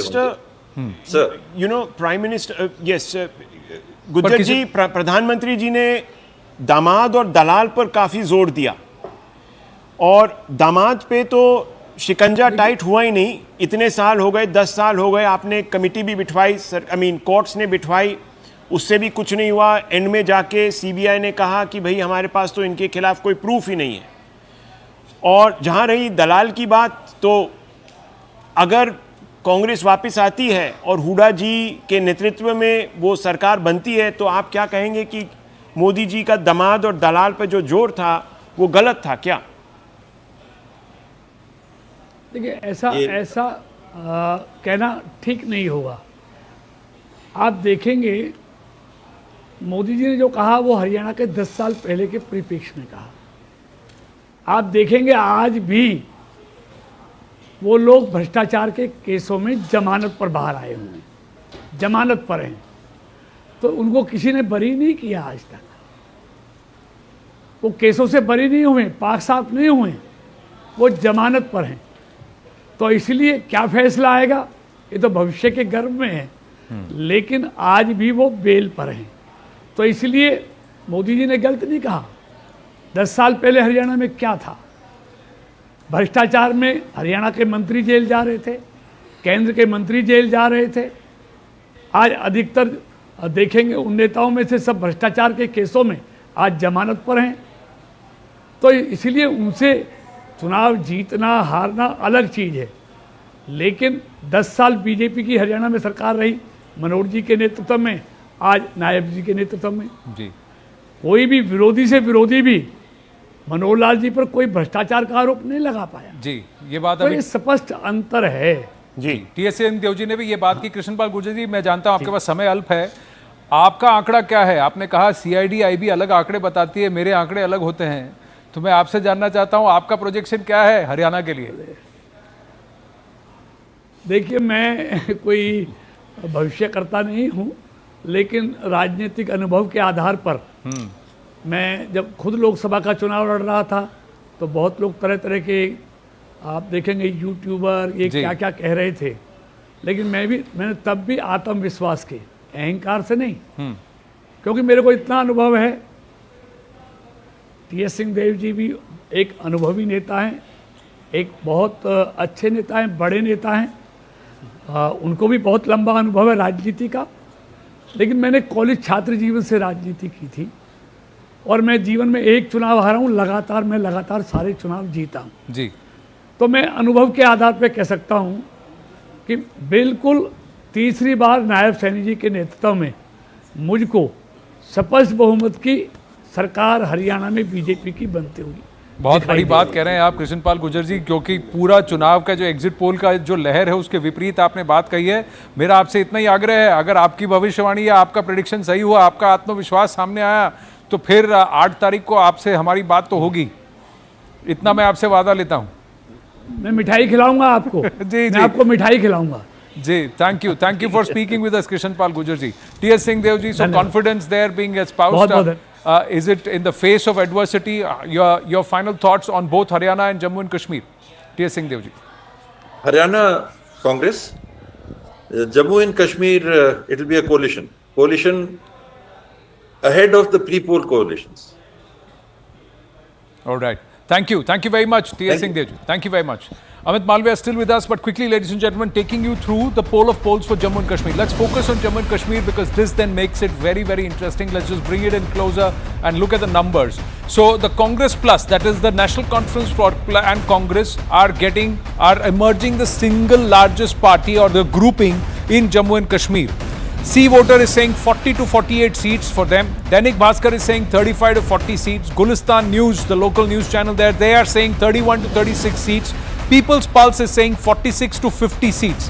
Now the BJP is the second largest party or grouping there, 27 to 32, 20 to 25, 28 to 30 and 23 to 27.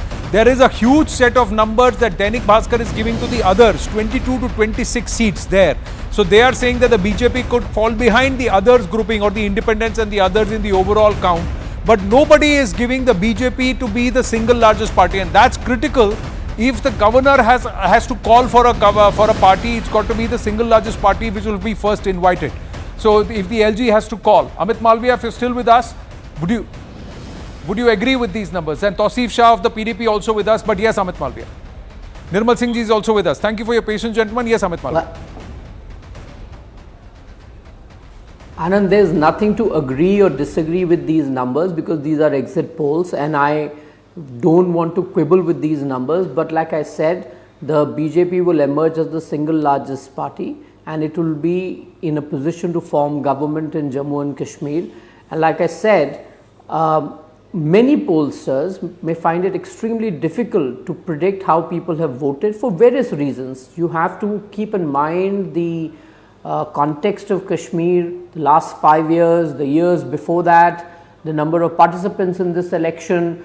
The biggest positive that you can take away from this election is that parties who were otherwise seen as separatists have fully participated in this election. This is a complete reversal of what we saw post 1987, and I think that is the biggest success of this election.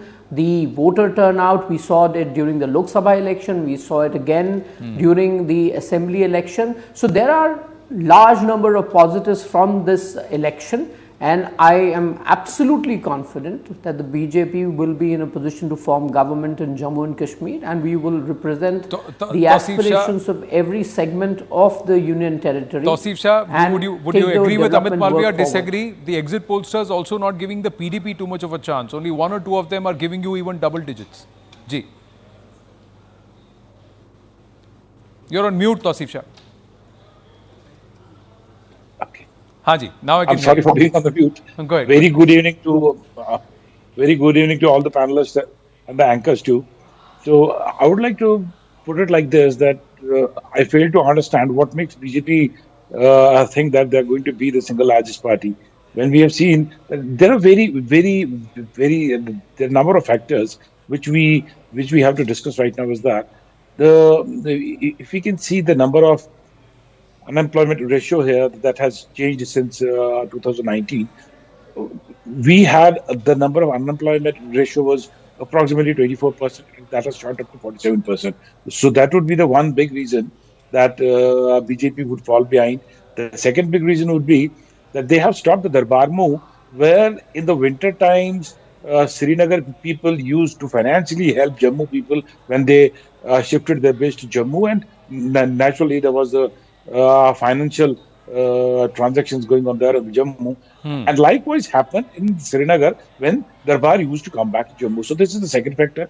Now the third factor is that they have started once again started to divide the people on the communal lines. Now there would be the fourth point, that BJP has an edge, that they have nominated 5 MLAs which they are going to give, like they have in the Puducherry Assembly. Right. They are going to give them full powers as the elected ones. So this means they might be counting on this 5, because we are sure that they are to be nominated by the Lieutenant Governor, or they can directly come from the central government of India.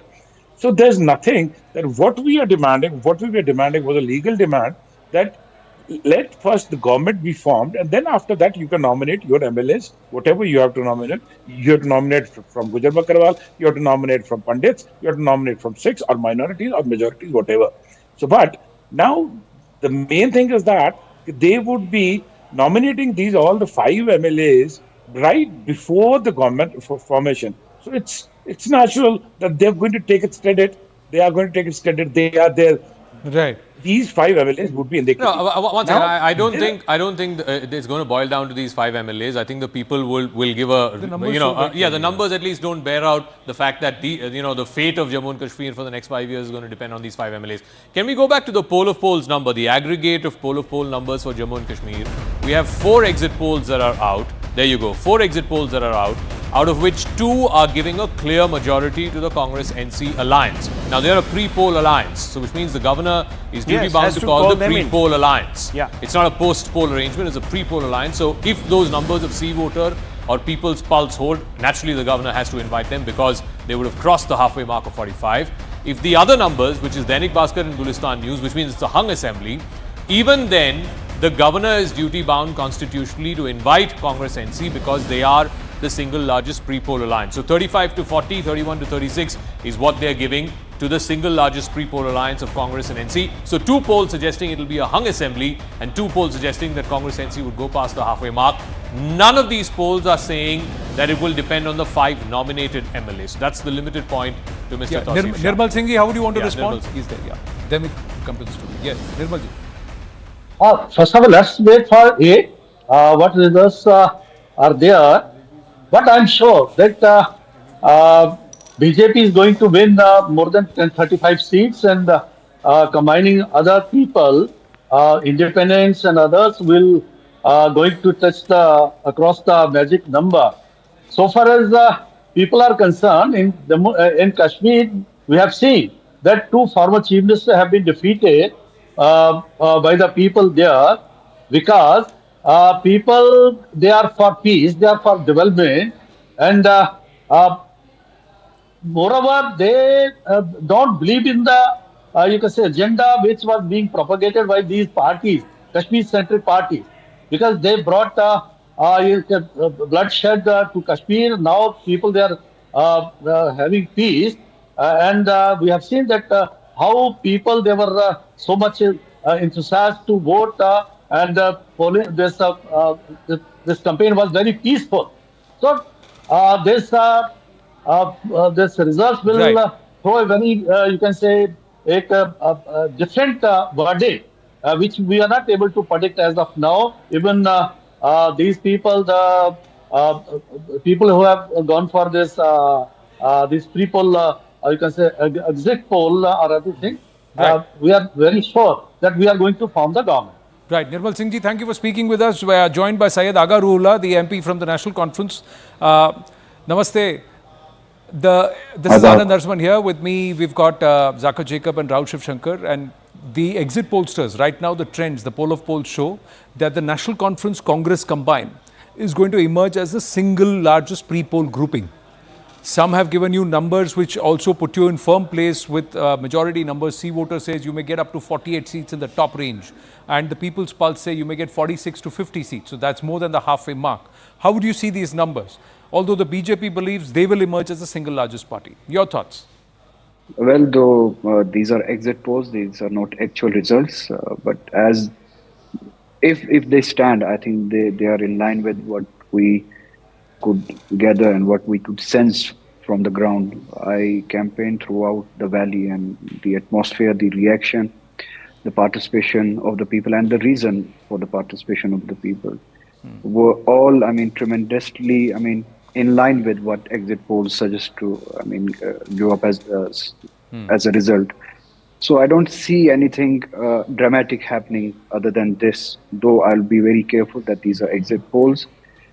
These are not actual results. But as you asked the questions, I would say that these are in line with the atmosphere, the involvement and the reason for involvement of the people in the election, their participation. This was, reflected on the ground. One interesting scenario, if it is that the voter votes differently in Jammu region and voter votes differently in the Kashmir region, and 2 parties have a position where they have anywhere between 25 to 35 seats each. What happens then? And one of them is National Conference, the other one is the BJP. Well, that is a hypothetical question, but I would give one of the pollsters has shown a trend like that, so that's why I'm asking you. Dainik Bhaskar has shown something similar. I would want to give one categoric answer at this moment, and that is under no conditions, under no circumstances, National Conference is going to make an alliance with BJP. That's a categoric answer, and the option of an alliance with BJP is closed. Other than that, I mean, let's wait for the actual results to come out. Mr. Rula, through the campaign, I think it was the fag end of the campaign before the last phase, your leader, Mr. Omar Abdullah, publicly said that he was concerned about why Congress and Mr. Rahul Gandhi was not campaigning enough in Jammu. Congress, of course, is fighting a bulk of its seats in Jammu. Do you think this is a cause for concern? Again, I don't have the breakup of the individual division between NC and Congress, what the exit pollsters are saying. But would this be a concern to you that Congress was not able to get as much of a strike rate as in Jammu as you folks are being projected to get in Kashmir? As an individual, yes, I also think that Congress should have campaigned more in both in Jammu and Kashmir regions. I think that they concentrated most of their campaigning in Haryana for the reasons best known to them. But as the, actual results come closer, the things that we get to hear is that National Conference along with Congress is going to do good, is going to do better. In terms of a strike rate, yes, there are certain questions that I would want to ask of Congress throughout the nation, not only in Kashmir. They tend to, pitch for the seats where they are not sure of winning, while as the coalition partners would otherwise be in a better position to win those seats. I can, quote an example of a couple of seats in Kashmir Valley itself, where Congress pitched very hard, and as a result of that, I individually thought that would harm the prospectus of both National Conference and Congress. So strategically, they could do better. It's a friendly advice to them. They could do better. This reflects in many elections in other parts of the country. They should, they should accept the reality of being a helper or to play second fiddle at many places where they want to believe that they are in the better position, or they should be the leaders of the team. Mr. Rula, this is Rahul here. Very quickly to you, if these numbers hold, you're a little short, obviously, as a alliance of the magic mark. Would you do business with those that sometimes people from your party have come out and categorized as BJP's B team in Kashmir? I hope the results come out in a manner that we do not need anyone's help. We do not need to, take in the people who have otherwise betrayed the society over the last 5-6 years. There's a sense of betrayal, not only with the center, but with the people, those who, at multiple levels played in favor of BJP. And can you elaborate on that? What are these betrayals? Could you explain? One of the most important betrayal is that BJP wanted to have a divide in Kashmir. They wanted to, consolidate the votes in Jammu communally. You would understand that better than many other fellow discussants. And BJP wanted to divide the vote in Kashmir. And to inflict that divide, they had multiple allies and proxies to inflict that divide. So to help that cause is a betrayal of sorts, not a betrayal of sorts, it's a betrayal of great gravity. So people do understand their polity and politics, where their loyalty belonged to. And that loyalty is, something which was damaging to the prospects of. So therefore, I'm asking, Mr. Rahula, let's assume, of course, with the hindsight of what happened in 2024 with the exit polls completely imploding in the manner in which they did, let's for a moment at least consider that the direction is right, and maybe you do fall short as a pre-poll alliance. Given this deep distrust of these elements that betrayed the cause, so to speak, how will you do business with them? How will you form that government? It's a hypothetical question. Let's wait for the actual results to come. And I hope that the people have voted in a manner where we do not need help of such people. Those allies and proxies of BJP, I hope are defeated. They do not get seats or mandate from the people. Would you categorize the PDP also as a B team of BJP? And if the situation arises, I know hypothetical. Well, I would not categorize them as B team, A team, or BJP, but they had their own, shortcomings and faults, but they can be overlooked. But they can be overlooked, which means if the situation arises that you need PDP's 3 or 5 or 7 MLAs, to form a government, then you're open to that. So You're the not Gupkar ruling that comes out. back. The Gupkar comes back. The Gupkar comes. We hope, no, that's your terminology and tagging Gupkar or whatever you want to name that. But we have a cause at hand, and whosoever wants to, struggle for that cause is welcome. I mean, both in terms of government formation or otherwise. But we hope that the mandate is in favor of the alliance, that is National Conference and Congress. Well, the ballot is cast. The exit pollsters are predicting that the National Conference Congress combined should emerge as a single largest grouping, pre-poll grouping post the exits. We'll know on result day on the 8th of October. All the best, Syed Agarullah. Thank you for your time and thank you for speaking with us. Thank you. Thank you so much. Thank you so much. It's interesting, he said straight off the bat, he said there's no question of joining hands with the BJP. That question was not even asked, but he said that So straight off the bat. But in the last answer, he was like, PDP, cause, we don't know. So the well, grouping let's will see. be saying, no, me and my brother against my cousin, me and my cousin against a stranger. Can I say something? Just one thing on a totally facetious note. That pre-poll alliance, if it does get, let's say, 40, they'll actually only be getting 39 because Mr. Omar Abdullah is standing from two constituencies. Sure. Yeah. So you have to also factor that in. We'll have to see what happens there. No, so the reason I'm bringing this up is because there's a degree of uncertainty. We should start a BTS on the live stream so that we can carry on this conversation. But right now we're going to take a break. Stay with us.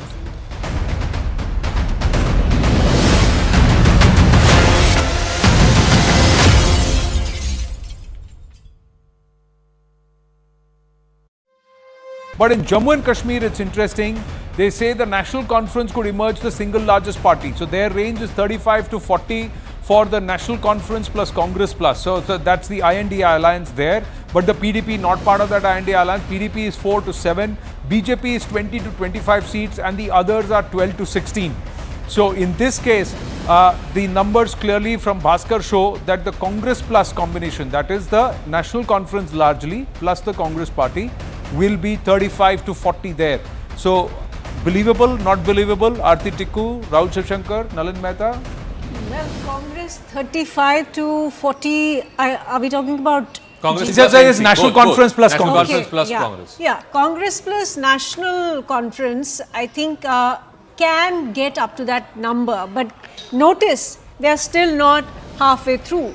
Yeah. So, they will still need some support either from I don't think PDP will be supporting them, but more likely Sajjad Lone, People's Conference, they might seek their support and some independents also.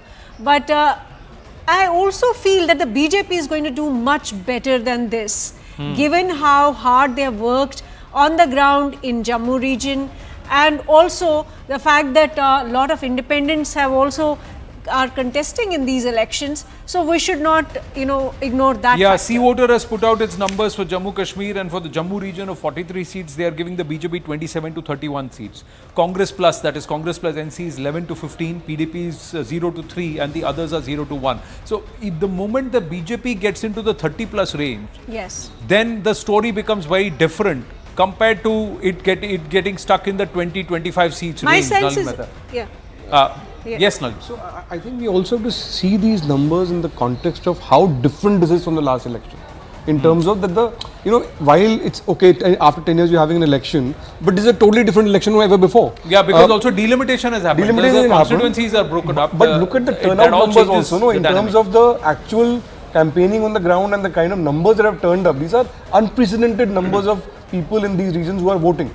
So while BJP is going to remain strong in its bastion areas of Jammu and so on, but in the valley you've never seen this kind of turnout ever before. Yeah, and it's a very good point that Nalin's making, because the turnout is also reflecting a aspiration amongst a large number of Kashmiris to vote out the establishment, right? If you look at the establishment as the Abdullahs and the Muftis, because there are 3 elections that have taken place in this union territory. So Jammu has voted, if these numbers seem to be suggesting, and from anecdotal data that's coming through and the conversations that we've had, Jammu seems to be polarized towards the BJP. Then you have 2 regions in Kashmir, where in the North Kashmir, the real trouble zones, you've had a large number of independents. And I would really love to speak to our bureau chief there, Ishan, because he'll be able to tell you exactly how these independents have been able to carve out Ishan an and identity for themselves. Also. Because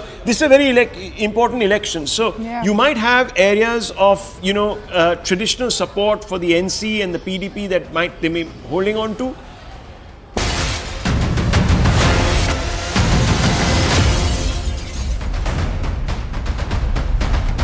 Back on, ladies and gentlemen, and let's get you up to speed here on the battle for the states. Even as the exit polls are coming in, it's the mega poll of polls. Let's quickly look at Haryana and a lot of the pollsters. If you look at the poll of polls, a lot of the pollsters have given Bhupinder Hooda-led Congress party in Haryana and overall the a runaway victory. That's what they've done. This is we are looking at Congress and the BJP, not the PDP in this one. So it's Haryana 90 seats. So we will just there's just been a jump here, ladies and gentlemen. The PDP it's just been a jump. So those PDP numbers were actually the Congress numbers. So clearly they are emerging as the single largest party. Minimum 55 to 60 seats is what the Congress is currently in pole position to get. Earlier in the day, we had Bhupinder Hooda casting the ballot, and Avantika Singh was in conversation with him. Listen to it. लग रहा है देखिए exit poll तब आए वो तो कभी ठीक भी निकल जाते हैं कभी गलत भी निकल जाते हैं लेकिन हम तो पिछले कितने दिनों से कह रहे हैं जब से हमने कैंपेन शुरू किया है कि लोग मन बना चुके हैं अब की बार हरियाणा में कांग्रेस सरकार भूपेंद्र सिंह हुड्डा और कांग्रेस के सीनियर लीडरशिप ने जगह जगह रैलीज की लोगों को संगठित किया तो वहां से क्या फीडबैक मिली कि जिसके कारण कांग्रेस सत्ता में आ रही जो 2005 से 2014 तक कांग्रेस की सरकार थी उसकी उपलब्धियां और इसकी विफलताएं 14 से 24 तक बीजेपी जेजेपी की कोई काम नहीं किया उन्होंने हरियाणा को पिछाड़ने का काम किया है और भ्रष्टाचार किसी और कोई काम नहीं हुआ यहाँ तो इस वास्ते लोगों ने मन बना लिया है मतलब बेरोजगारी में नंबर 1 हो गया महंगाई में नंबर 1 हो गया कानून व्यवस्था बिल्कुल चरमरा गई कोई अपने आप को सुरक्षित महसूस नहीं कर रहा है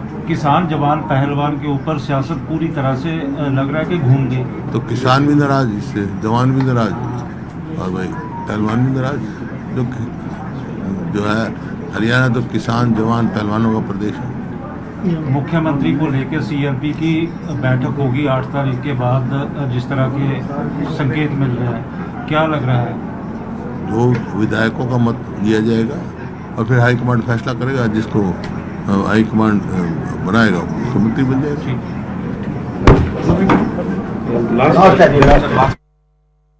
So this is just hot off the plate, ladies and gentlemen. He's spoken with us, the News 18 network, yet again. And then important, Tuin Sinha of the BJP with us. Tuin Sinha, he says, किसान भी नाराज, जवान भी नाराज, पहलवान भी नाराज. हरियाणा तो किसान, जवान और पहलवान का प्रदेश है. तीनों ही नाराज चल रहे हैं. इनको कहाँ से वोटें मिलेंगी? Well, good evening, Anand. Good evening, everybody. You know, there is only so much that the exit polls can predict, as we have seen in the last Lok Sabha elections. But more importantly, in smaller states, the turnaround time is very quick, like we saw in Chhattisgarh last year. If you had asked me 1 month ago, yes, we were, slightly behind the Congress party, but in the last 3 weeks or so, a lot of things have changed. Number one, the public humiliation of Kumari Shailja, a Dalit leader. Number two, the fiscal anarchy which Congress has wreaked upon neighbouring state in Himachal. Not only in Haryana, but in several other states now, people are extremely wary of, trusting the Congress party. Plus, of course, there was a sentiment that even the sports persons were being exploited by the Congress party. And besides, BJP has a tendency to peak at the last moment, peak at the right moment. Exit polls are saying 30 seats bhi mushkil hai. Again, out of 90 seats, 30 seats also difficult for the BJP. You changed the chief minister, you've had a new total government altogether. This is going to be very similar to the Chhattisgarh elections. We are going to scrape through and get a simple majority. I can tell you that. So you are saying you will get 46 or 47 seats? Contrary to all that the pollsters are saying right now. Probably more than that, because the double engine Sarkar has delivered. On the other hand, people still remember the dark days of Bhupinder Hooda, the kind of transfer. Do they remember, or the 10 years so there is a sentiment, sir? That's the punchline of Bhupinder Hooda. I'm asking you again, Kisan, Jawan, Pehlwan, Tino Naraz hai. Now, he's not saying any caste कोई नाराज नहीं है पहलवान को जिस तरह से इन्होंने एक्सप्लॉइट किया है। किसान और कोई फार्मर्स, नाराज नहीं है। देखिए जवान और पहलवानों को जिस अग्निवीर तरह एंड से इन्होंने पहलवान विद व्हाट एक्सप्लॉइट किया हैपेंड। है, पब्लिक इनसे नाराज है। जिस तरह से पहलवानों को इन्होंने एक्सप्लॉइट किया है, पब्लिक इनसे नाराज है। हकीकत वही है। किसान भी नाराज नहीं है, कोई नाराज नहीं है। ये एक देखिए एंटी इनकम्बेंसी वोट जो है बहुत स्वाभाविक होता है 10 साल के बाद, लेकिन एक pro incumbency We'll pause, and I know this is also going to be close to you emotionally because you've written a book on what could be an ideal format in Kashmir and how things could move on. I remember that book. Now we've just got Daisy Raina, first Kashmiri Pandit lady to contest the election after 32 long years. She's contested from the RPI. Daisy ji, namaste. Namaste, namaste, namaste. Okay, if you can hear us, I'd like to understand from you your experience of contesting the elections और जो exit polls बता रहे हैं आप वो सब देख रहे हैं कि आपको लगता है नतीजे कुछ और होंगे? जी जी जी, देखिए यहाँ पे 4-5 साल से काम कर ही रहे हैं, जमीनी सतह पर देख ही रहे हैं। यहाँ पे हालात तो पहले से बहुत ज्यादा बेहतर हो चुके हैं जो पहले हो चुके थे, लेकिन अब यहाँ पे बहुत बेहतर के लोग अवेयर हो गए। ये बहुत बड़ी बात है कि लोग अवेयर होना वो वही है कि हालात ठीक होने वाले हैं। कि लोग अगर अवेयर हो गए कि जो गलत राह पे थे कि हमें यहाँ पे चेंज चाहिए, वो चेंज यहाँ पे दिख रही है। इन इलेक्शंस में हमें वो दिखी कि यहाँ पे लोग चेंज चाहेंगे तो आगे यहाँ पे अच्छा आने वाले दिन अच्छे ही होंगे कश्मीर में। बट ये तो जम्मू का रुझान अलग लग रहा है, कश्मीर का रुझान अलग लग रहा है, क्या ये ऐसा ही लग रहा है आपको? ग्राउंड पे ऐसा ही चलेगा? ग्राउंड पे ऐसा ही है क्योंकि यहाँ पे बहुत सारे लोग इस time independent candidates, engineering parties के कैंडिडेट्स या नए नए कैंडिडेट्स उभर कर आ रहे हैं। जो मैं भी एक नई हूँ रिपब्लिकन पार्टी ऑफ इंडिया से, लेकिन यहाँ पे नए नए कैंडिडेट जो आए तो वोट बहुत ही दिक्कत के साथ। तो नतीजे आपको क्या लग रहे हैं, कैसे होंगे? नतीजे बिखर चुके हैं, लेकिन आफ्टर ओवरऑल तो मुझे लग रहा है कि एनसी ही आगे बढ़ रही है, नेशनल कॉन्फ्रेंस ही आगे बढ़ रही है। और अगर ऐसा सिनारियो हुआ कि दो पार्टियों के पास नंबर्स हैं और किसी को जोड़ तोड़ की सरकार बनानी पड़ेगी तो फिर क्या होगा? आपको क्या लग रहा है जम्मू कश्मीर में क्या हो सकता है? देखिए क्या हम ये कह सकते हैं कि बीजेपी का तो यहाँ पे इतना नहीं था, बीजेपी ने कैंडिडेट्स भी नहीं उतने उठाए हैं। लास्ट मोमेंट पे उन्होंने 2-4 कैंडिडेट्स उठाए, तो फिर वो नहीं लग रहा उनका क्या होगा क्या नहीं होगा ये नहीं कह सकते। लेकिन नेशनल कॉन्फ्रेंस का यहाँ पे ठीक लग रहा था शुरू से ही, जबकि वो अलायंस में कांग्रेस के साथ है, तब से उनका अच्छे नतीजे जमीनी सतह पे दिख रहे हैं। ये चीज है। जब आप लड़ने गए ग्राउंड पे तो आपके साथ कैसा बर्ताव था वोटर्स का कि ये पंडित है वोट नहीं करेंगे, पंडित है वोट करेंगे, ये वाला सिनेरियो था कि कैंडिडेट के हिसाब से आपको जज किया उन्होंने? जी जी नहीं कैंडिडेट क्या यहाँ पे ये अवेयरनेस आ चुकी है कि ये जात पात अब देखी नहीं जाती है। यहाँ पे काम पे फोकस है सबका कि जिसने काम किया उसको वोट डालना है। ये कोई नहीं देखता कि कोई कश्मीरी पंडित है क्या है, क्योंकि यहाँ पे यूथ बहुत अवेयर हो चुके हैं। यहाँ की यूथ जो वेल एजुकेटेड यूथ से, बेरोजगारी तो है बहुत, लेकिन लोग इतने है कि नहीं हमें उसी को वोट करना है जिसने 5 साल यहाँ काम किया या 6 साल काम किया। हमें ये नहीं देखना कि कोई रीजनल पार्टीज यहाँ थी या जो भी पार्टीज पुरानी थी जिन्होंने काम किया या नहीं किया, लेकिन जिस बंदे ने काम किया, चाहे वो कोई भी हो, इंडिपेंडेंट हो, जो भी हो, मुझे रिस्पांस उस हिसाब से अच्छा मिला यहाँ पे कश्मीर में। तो बावजूद इसके आपको लगता है नेशनल कॉन्फ्रेंस के कैंडिडेट्स को ज्यादा वहां पर कश्मीर में ज्यादा ये मिलेगा, ट्रैक्शन मिलेगा? हाँ वो क्योंकि पुरानी पार्टी है यहाँ पे, सबसे पुरानी पार्टी। हम तो नए नए हैं, मेरे तो 15 दिन थोड़ी कैंपेन चली है। 15 दिन की उससे भी मैं कह सकती हूँ अगर मुझे कुछ थोड़े वोट भी मिलेंगे वो बहुत बड़ी चीज है कि लोगों का सपोर्ट मुझे बहुत मिला 15 दिन के कैंपेन में। लेकिन जो यहाँ पे नेशनल कॉन्फ्रेंस पहले से थी, काम कर रही थी, लोगों का तो मन थोड़ा सा जमीनी सतह पे मुझे लगा नाराजगी है नेशनल कॉन्फ्रेंस से और पीडीपी से, क्योंकि वो लोग कह रहे थे हम नोटा पे करेंगे वोट, हमें किसी ने काम नहीं किया यहाँ पे, तो हम यहाँ पे वोट करने के लिए तैयार नहीं है। मैडम हम आपको वोट करेंगे लेकिन आप लेट आवर्स में आ गए, आप पहले तैयारी कर चुके होते तो हम आपको ही वोट करते। ये चीजें मुझे देखने को बहुत मिली जमीनी सतह पे। लेकिन अब यहाँ पे नेशनल कॉन्फ्रेंस की पुरानी असामियां जो है वो वोट कैसे लेते हैं, क्या लेते हैं, वो तो सबको पता होता है, लेकिन इनकी असामियां होती है, वहां पे करना है वोट, और ये है इन्वॉल्वमेंट भी रहता है। डेजी जी, फर्स्ट अप कांग्रेचुलेशंस कि आप लड़ी चुनाव, समय ज्यादा होना चाहिए था लेकिन अब तैयारी आगे की है भविष्य के। We wish you all the very best. Thank you for speaking with us. Tuhin Sinha, Tauseef Shah still with us, Nikul Patel leader of the Congress party with us, Rashid Kidwai, Aarti Tikku, Nalin Mehta and Advait Akala with us at this point. Now, taking all of these conversations, how do you see Jammu and Kashmir panning out? Well, Anand, I think the biggest takeaway from this election is that India has shown that people of Jammu and Kashmir believe in Indian democracy after the historic decision of August 5th, 2019, when the central government abrogated Article 370 and 35A. This is a vote in favor of peace and democracy, because in the last 5 years, I've been on the ground, I live in Kashmir, and I can tell you with confidence that people in Kashmir want peace more than anything else. The charade of, somebody saying that this is a vote against the decision of August 5th, 2019, or this is vote against the BJP or Hindus, even though, some people say that it's a communally polarized verdict if we go by these numbers. But I think what people really on the ground feel is that last 5 years, Kashmir actually earned the dividends of peace that came after the abrogation of Article 370. And it's not lost on anybody. In fact, that is why we saw massive number of voters coming out to vote, regardless of who the party was in contest. Right. And also, please note that BJP has not even tried its hand in Kashmir.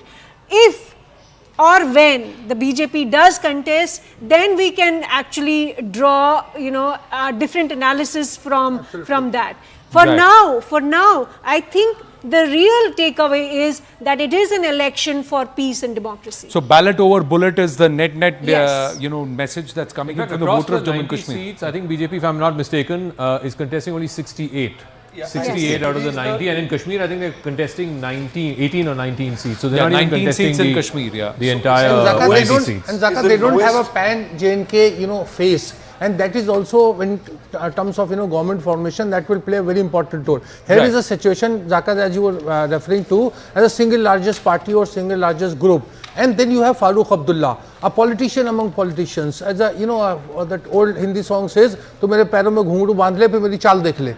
You will see, on 8th of October, how Farooq Abdullah will, play out with all those regional parties. We'll have to also say कि पैरों में घुंघरू बंधते हैं कि नहीं बंधते हैं, Yes, कि yes, all depends on कुछ numbers. और बांधता है, किसी और के पैर में घुंघरू बांधता है. We'll have to wait and watch. It could be an interesting mix. We've got to take a break. We're way over time. When we come back, it's all over to you, ladies and gentlemen. Stay in the studio, our guests in the studio. But to our viewers, stay with us. We'll be right back.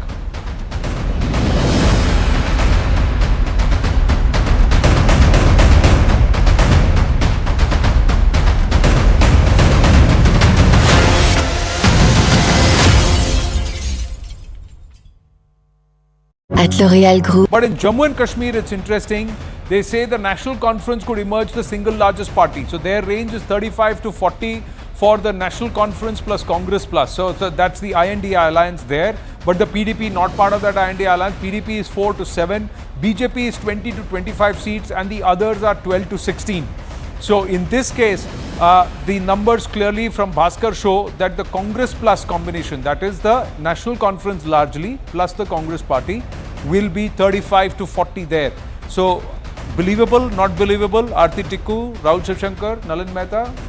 Well, Congress 35 to 40, are we talking about? Congress is National Conference plus National Congress. Conference plus yeah. Congress. Yeah, Congress plus National Conference, I think can get up to that number. But notice, they are still not halfway through. Yeah. So they will still need some support either from, I don't think PDP will be supporting them, but more likely Sajjad Lone People's Conference. They might seek their support and some independents also. But I also feel that the BJP is going to do much better than this, given how hard they have worked on the ground in Jammu region, and also the fact that a lot of independents have also are contesting in these elections. So we should not, ignore that. Yeah, factor. Sea Voter has put out its numbers for Jammu Kashmir, and for the Jammu region of 43 seats, they are giving the BJP 27 to 31 seats. Congress plus, that is Congress plus NC is 11 to 15, PDP is 0 to 3, and the others are 0 to 1. So if the moment the BJP gets into the 30 plus range, yes, then the story becomes very different compared to it getting stuck in the 20-25 seats my range. sense Nalin is, Mehta. yeah.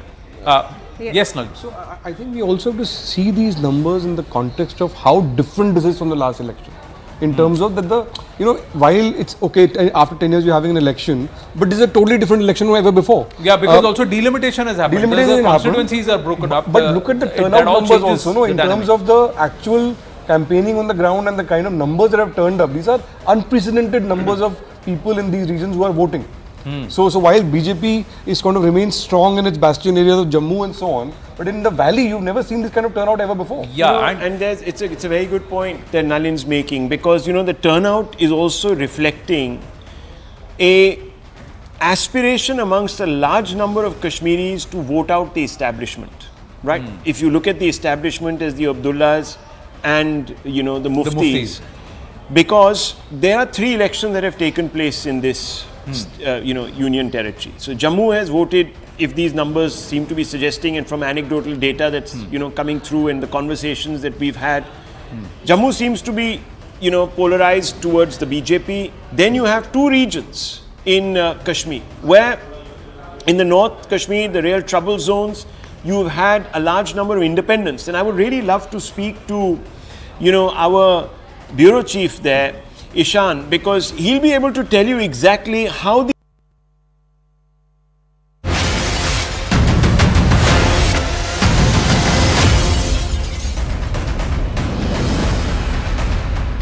It's the battle for the states, ladies and gentlemen. The exit pollsters have put in their numbers for the Union Territory of Jammu and Kashmir. 90 seats there going to the ballot, and of course Haryana that went to the ballot in a single phase. The state of Haryana, again 90 seats.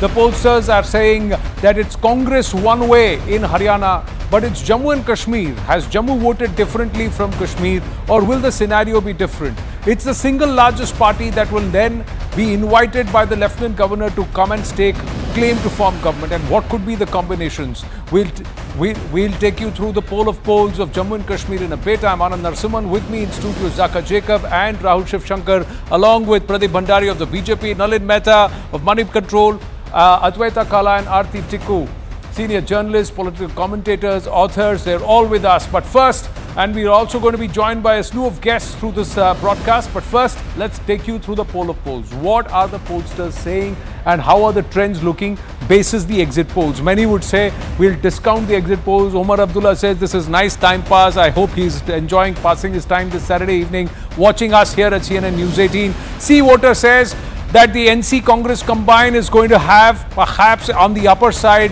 clear numbers to form government without anybody's help. 48 is the upper band, 40 to 48.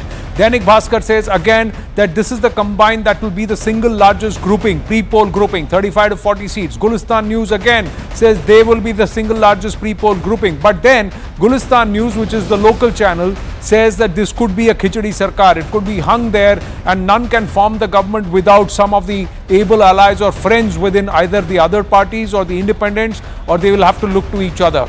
People's Pulse 46 to 50. That's a clear big runaway number that People's Pulse is giving again to the National Conference and the Congress Party combined. Although the BJP believes they will emerge as the single largest party, the National Conference, Syed Aga Ruhullah, telling us here at the Battle for States at CNN News 18 that the National Conference will not, that doors to an alignment with the BJP are closed. We will not go with them. We will look to others within the valley or otherwise, but we will not look to them. That's what he said. Let's try and go across to our guests, and also Zaka first up on the wall. It's difficult to plot Jammu and Kashmir, isn't it? Because of the delimitation, the whole scenario looks different. But does this show a fractured mandate again? Yeah, so like I said, if you look at the poll of polls, 2 out of the 4 are showing that it's a hung assembly, whereas 2 others are showing that it's a clear mandate for the formation, which is National Conference and Congress. But this is how it looks like. And the reason why Jammu and Kashmir, there are multiple reasons why this is a historic poll. First after abrogation of 370, first after delimitation. So you have no reference point to the previous elections because the constituencies have changed, the profile has changed, the borders have changed, the populace has changed, the voters, the electorate has changed. But this is how it stacked up back 10 years ago in the 2014 election. PDP had emerged as the single largest party, BJP had 25, the second largest party, and they came together in a post-poll alliance. This time too, if it is a hung assembly, as 2 out of the 4 polls have predicted, then the BJP is in business. But who are they in business with?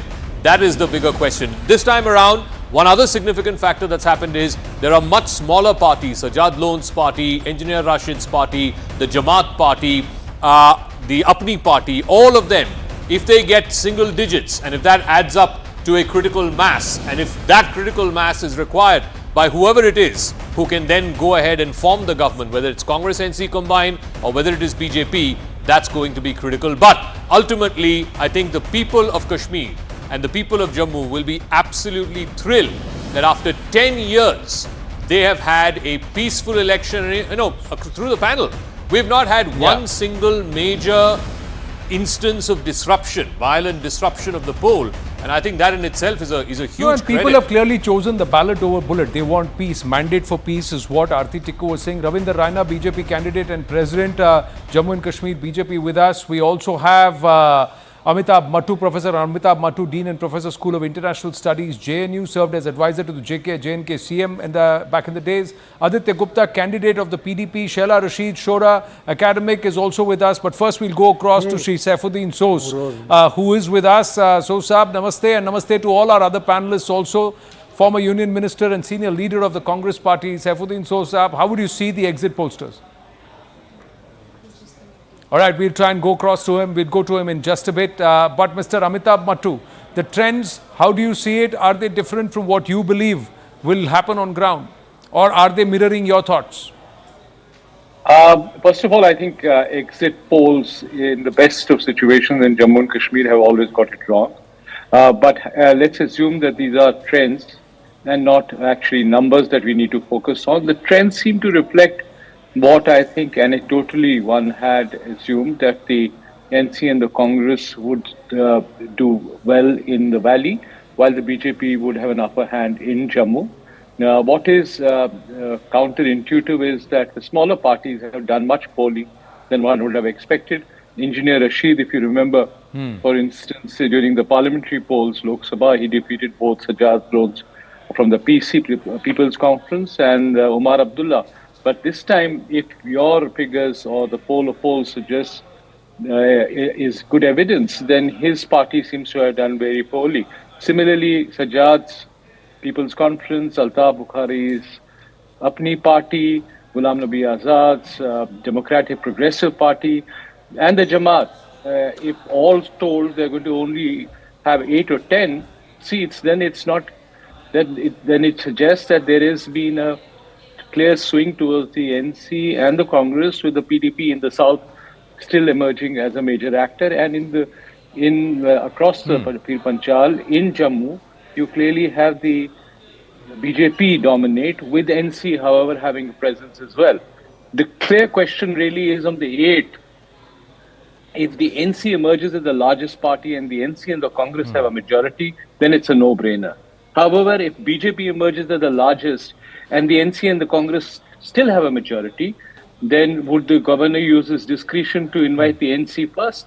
The third scenario, even more complicated, which is the BJP emerges as the largest, but the NC and the Congress have larger numbers but do not form a majority, in which case the independent MLAs come into well, the National Conference, Mr. Amitabh Mattu has already said that they don't want to align, or they don't want to have any truck with the BJP. That door is already closed. I did not even suggest that. I assumed that by what they have suggested, that the NC and the Congress and the PDP would not enter into an alliance.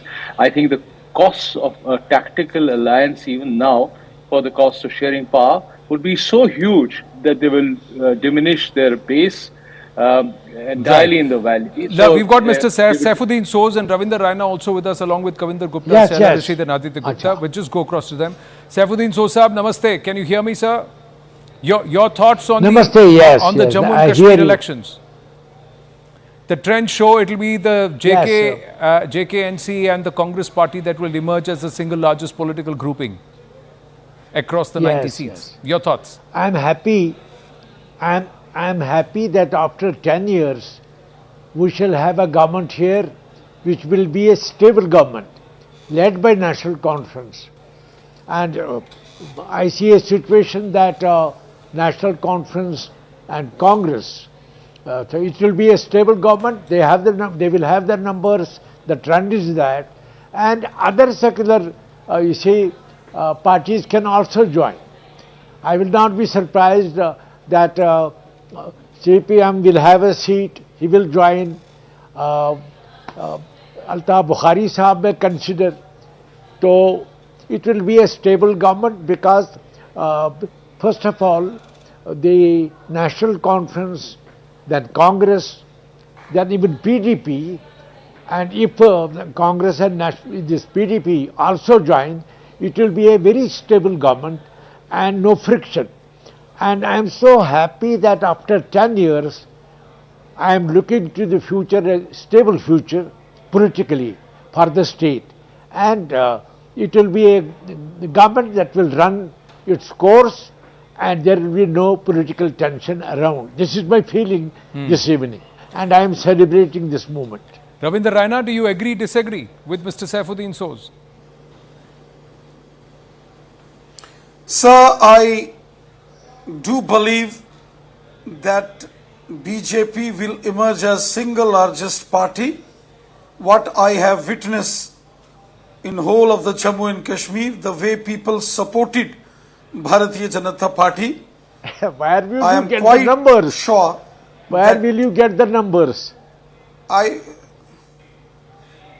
hope that we will touch the 35 number of seats, and with the support of some independent candidates from Kashmir Valley and some of the like-minded groups, we will be in a position to form the government in Jammu and Kashmir. I have seen people rushing in the rallies addressed by Honorable Prime Minister Modi Sahab, Honorable Home Minister Amit Shah Sahab, and all the BJP stalwart leaders. That is a situation that prevailed the other day. It is today that the votes are being counted. And around the corner there is a situation that it will be a stable government led by National Conference and Congress.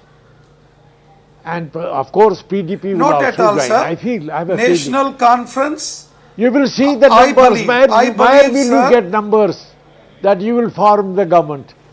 We will get number. We will win around 35 seats, and numbers with the are support not of available some to like-minded you. Numbers are not available to you. Candidates from Kashmir Valley. We will there are form no the groups government, available. I There are am no quite groups confident. available. Let's wait for October 8. Let's wait for October 8, the day of counting, and I am sure that the results some of are the news before channels, us. those are The writing is on the wall. It will be a stable government after 10 years. There is a view that Led by many of these independent smaller parties, if they become kingmaker, if no party crosses the halfway mark, then these smaller parties would prefer to ally with the party that is ruling at the center, for obvious reasons. How would you respond to that, Saifuddin Soz? See, it can be a situation if in Delhi there is a BJP-led government. Yes. There is a BJP government. But here there is no scope for BJP. BJP doesn't have even figure to exist as the second largest. How do you bring in BJP this But Mr. Soz, it will be a stable government. I am happy. Kindly listen to me. It will be a stable government led by National Conference, and other secular parties will also join Congress and PDP. A very stable government. I am happy after 10 years, Jammu and Kashmir people will have a relief in political terms. It will be a stable government and they will enjoy So sir, Ravinder Raina wants to respond, and then Rahul Shivshankar has a question for you. Yes, Ravinder Raina.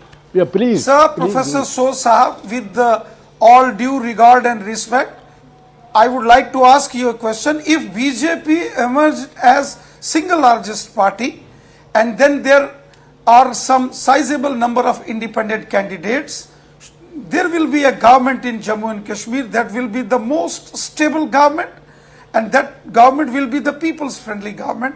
That I do believe. I am sure that BJP will emerge as single largest party. In no case. No, kindly listen to me. In no case, sir. Kindly listen what to me. I have. We are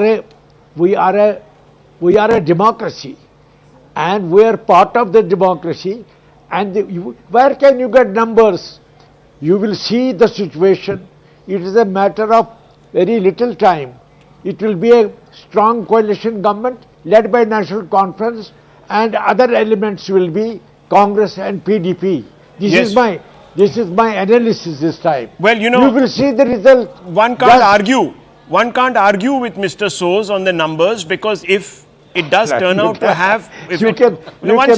Soos, 1 second. If it does turn out to be the largest pre-poll, they will obviously be called first, and there will be chances that they will form the government. But Mr. Soos, you are talking about the BJP having no scope. One second, sir. Yes, sir. 1 second, sir. 1 second. You are saying that the BJP has no scope. The BJP has no scope. Yes, fine, okay.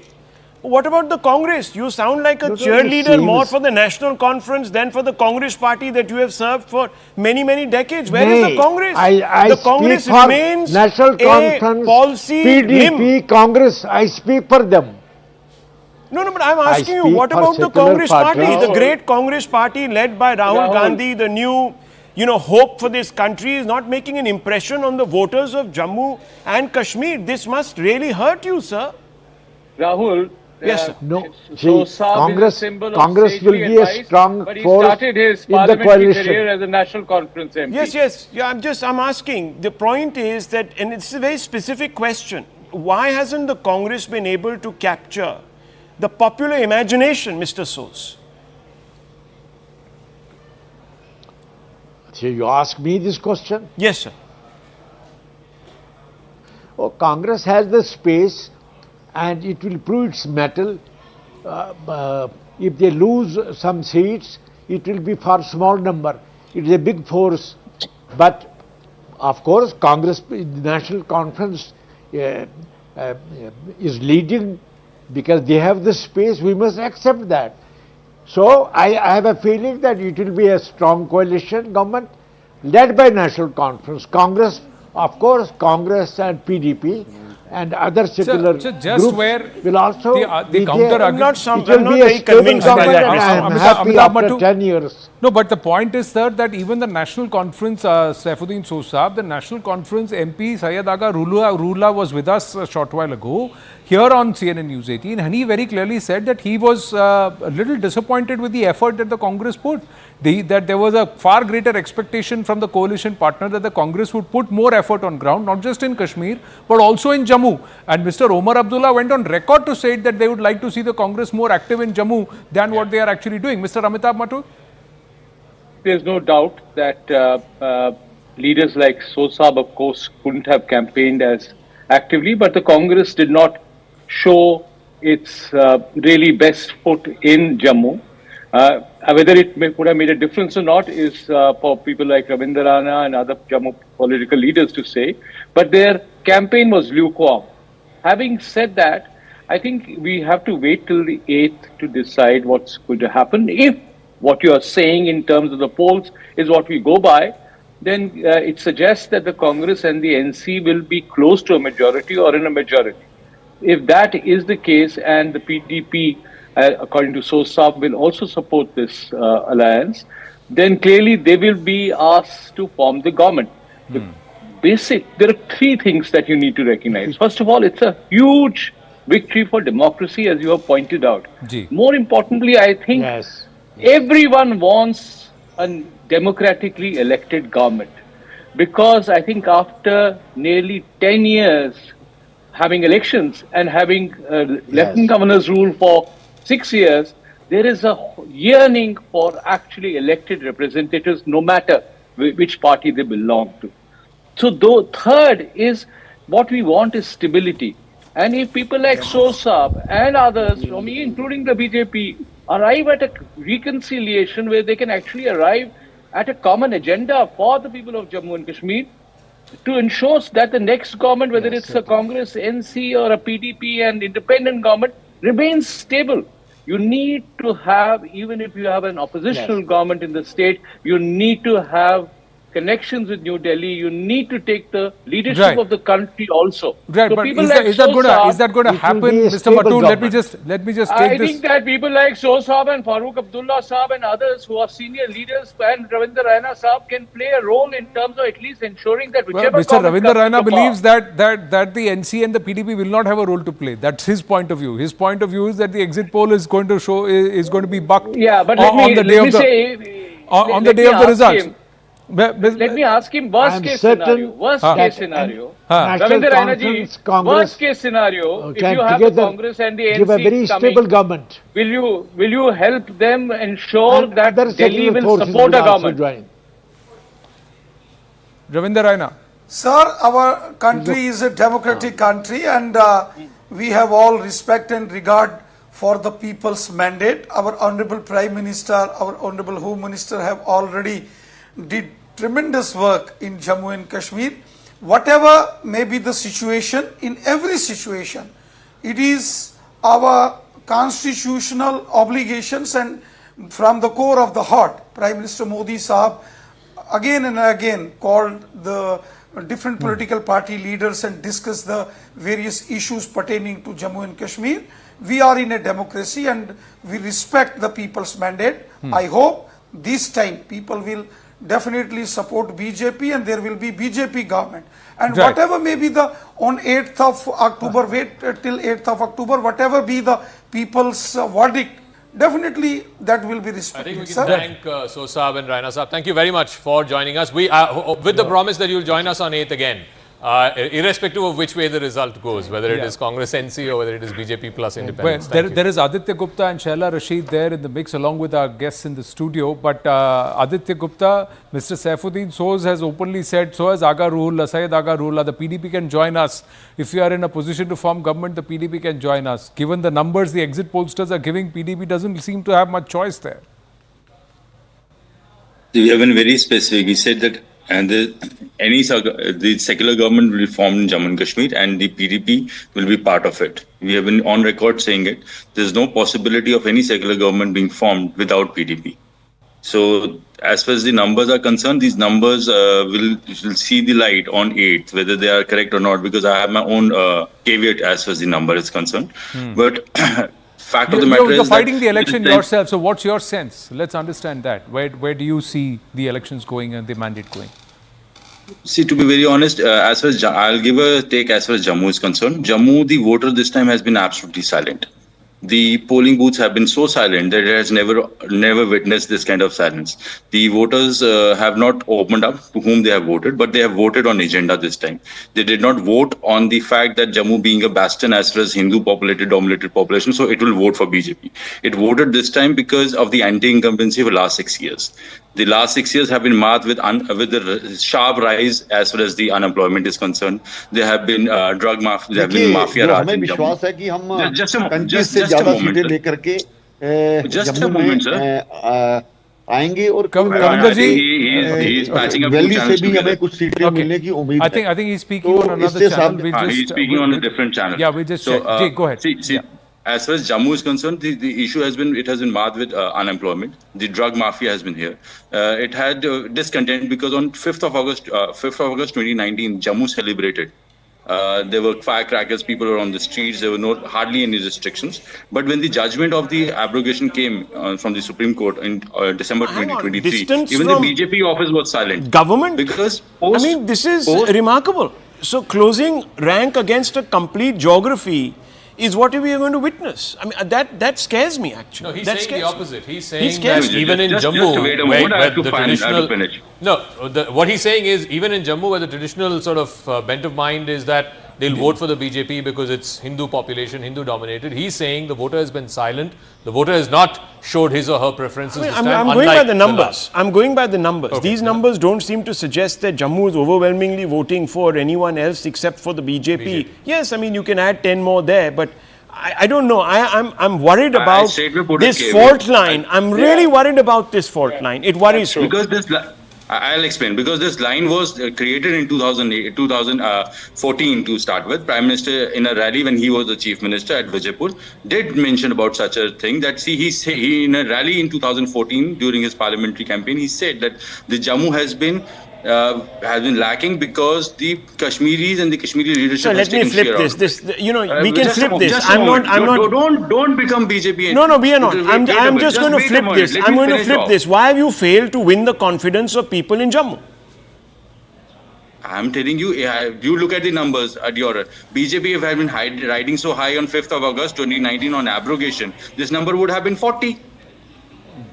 The question did not come. See, as far as we are concerned, we suffered because BJP not only betrayed Kashmir but has also betrayed Jammu. Okay, so Shaila Rashid is also joining us. Shaila is from Kashmir and she's lived through this, abrogation of 370. And if these numbers hold, Shaila, there's one view that Congress and NC and even the PDP candidate here takes, that this is a sort of affirmation by the people of Jammu and Kashmir that they want 370 back. This is his contention, because if 370 was abrogated and people were happy about it, then the BJP should have got much more numbers than what the exit polls are suggesting. That's his contention.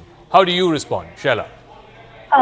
So first of all, this election and the way that people have placed their faith in the democratic institutions, it shows a rejection of all the conspiracy theories that were thrown around, beginning with the EVM hacking theory, and then with the BJP proxy theories, that the elections will be stage managed. So the fact that we have had such high percentages, it is a reflection that the people have rejected the conspiratorial mindset that the mainstream politicians have been trying to peddle. Number one, it's a win for democracy. It is a win. If we look at South Asia, India, it's a celebratory moment for India, because even in the most troubled regions of India, we have managed to have regular elections, barring the few disruptions. So if we go back a few months, you might remember the terror attacks that were happening in Jammu region. Yeah. And there were even apprehensions that whether we will be able to hold elections or not. So first of all, I would like to congratulate the ECI, the government of India, for ensuring a free and fair election. Why I'm saying free and fair is because if you see the numbers, they are neck to neck. There are not going to be any big surprises. I also have a survey, like a local survey in front of me right now, where barring a few seats, so for example, People's Conference has performed better than before, or is likely to perform better than before, etc. So barring a few small surprises, there are not going to be any huge surprises. What I mean by this is that wherever any party has had a strong candidate, जिसने काम किया है, जिसका track record है, जिसको लोग as मतलब integrity का face देखते हैं, people have voted for them. So unlike the Lok Sabha polls where you had a sway in favor of engineer, there's not going to be any kind of Shaila surprise. Rashid, we'll come back to your assessment of Jammu and Kashmir in just a bit. We've got to just de-link from J&K for a bit. We're going straight across to Kumari Shailja ji, who's joining us and with a focus on Haryana elections. Kumari Shailja ji, namaste. जो रुझान है exit polls के, वो एक तरफा कांग्रेस की तरफ दिखा रहे हैं. करीब 55 से 60 सीटों का रुझान है कांग्रेस के लिए. आप क्या कहेंगी? जी बिल्कुल, बहुत बढ़िया मेजॉरिटी आएगी and I can tell you will do extremely well and definitely we should get 60 plus. There is a lot of talk about you being happy, unhappy, the bringing in of Mr. Ashok Tanwar in the late hours. Was that a message to you? Your meeting with Sonia ji said that all is not well within the Congress party. Your thoughts? Well, let me tell you, all is not well with the media because all this that you're saying is not right. It's not correct. But yes, I think all of us should be very, very happy with the kind of results that are predicted. We had predicted this earlier, and now even your exit polls are putting a stamp on it. So let's just wait for the 8th. But ma'am, if it is 60 out of 90 as you're claiming, and most of the exit polls, the average seems to be 55, wouldn't that be considered a win for Mr. Hooda? Wouldn't he naturally be the front runner for Chief Minister? See, that is for the High Command to decide. This has been my constant all along, and that's been a constant with the High Command and the way our party works. When we win a state, usually we have a CLP meeting, and then onwards it goes to the High Command, and it's left for the High Command to decide. But you are also one of the chief ministerial contenders. Well, let's see. But the seats, in terms of the breakup, we are given to understand there are 9 or 10 seats that where your entire voter base and supporter base holds sway. How confident are you on those seats? Because a certain level of strike rate, winnability will also be considered. That may be your analysis. I'm not aware of its seats and all. But I think overall, all of us have contributed, especially the workers, under the guidance of Rahul ji, his yatra, his work, the whole environment that is created in the country today I think that is the major contributor towards this victory, and all of us have worked hard on the ground. Many have also said that the reason why Congress has done so well in Haryana, at least as far as the exit polls are concerned, is because of Jat anger. How much would you attribute it to that? See, there's anger in every section. Whether I won't like to single out one community. There's anger in every community, and the results will prove that. But I want to go back to that question. If it's 60 out of 90, a bulk of the candidates happen to be Mr. Huda's choice, don't they? That was also one of your problems. Ultimately, they are all Congress choice, and it's the High Command's choice. So, ma'am, everybody gives recommendations. There are other inputs and the host of things which go into deciding who the candidates will be, as well as who the chief minister will be. We interviewed him a short while back, and he said, "Kisan, Jawan, Pahalwan, sab log naraz hai Haryana mein." And even beyond that. Even beyond Kisan, Pahalwan, Jawan. Yeah. See, in Haryana we say Chhattis Biradari. Yes. Chhattis Biradari naraz hai, whether it is the urban voter or the rural. And I think that includes everybody, whether it's the poor, whether it's the agrarian, whether it's the middle class, whether it's the traders, shopkeepers, industry, everybody. Even employees, I think every section. Okay, one final word. What about women? Because there's been a lot of focus about Haryana women vote this time around. Yeah, definitely. Women are playing an important part because of the inflation, rising prices. They are the ones who've been hit the most, how to run a household. Sometimes I think they are a forgotten factor. So you are confident that you will not be forgotten as one of the chief ministerial hopefuls post 8th once this result fructifies? Haryana's first. As I said, it's for the High Command to decide. Haryana has never had a woman chief minister. No. You could be it. That remains to be seen. High Command will decide. That's my common refrain. Okay, thank you, Kumari Sehjaji. Thank you very much for joining us. Thank you. We'll take a quick break, but right on the other side, our coverage continues.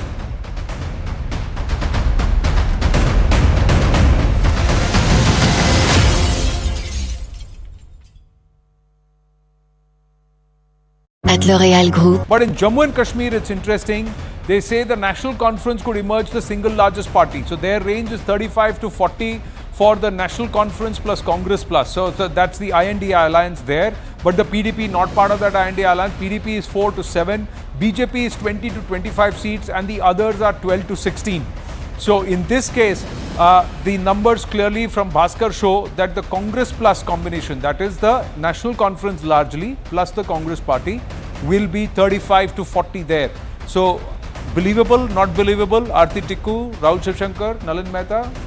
Well, Congress 35 to 40, are we talking about? Congress is National Conference plus National Congress. Conference plus yeah, Congress. Yeah, Congress plus National Conference, I think can get up to that number. But notice, they are still not halfway through. Yeah. So they will still need some support either from, I don't think PDP will be supporting them, but more likely Sajjad Lone People's Conference. They might seek their support and some independents also.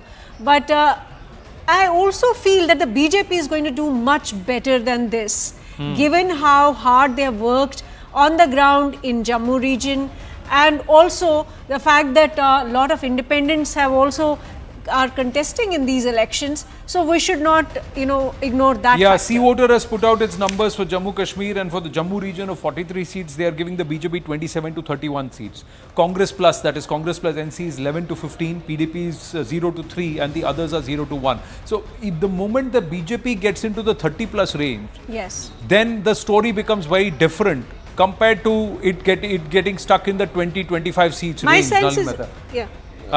Yes, Nal. So I think we also have to see these numbers in the context of how different this is from the last election.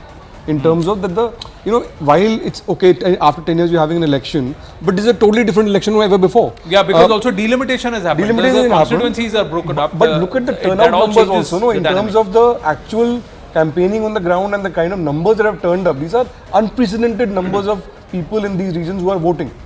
So while BJP is going to remain strong in its bastion areas of Jammu and so on, but in the valley you've never seen this kind of turnout ever before. Yeah, and it's a very good point that Nalin's making, because the turnout is also reflecting a aspiration amongst a large number of Kashmiris to vote out the establishment, right? If you look at the establishment as the Abdullahs and the Muftis, because there are 3 elections that have taken place in this union territory. So Jammu has voted, if these numbers seem to be suggesting, and from anecdotal data that's coming through and the conversations that we've had, Jammu seems to be polarized towards the BJP. Then you have 2 regions in Kashmir, where in the North Kashmir, the real trouble zones, you've had a large number of independents. And I would really love to speak to our bureau chief there, Ishan, because he'll be able to tell you exactly how these independents have been able to carve out Ishan an identity for themselves. Because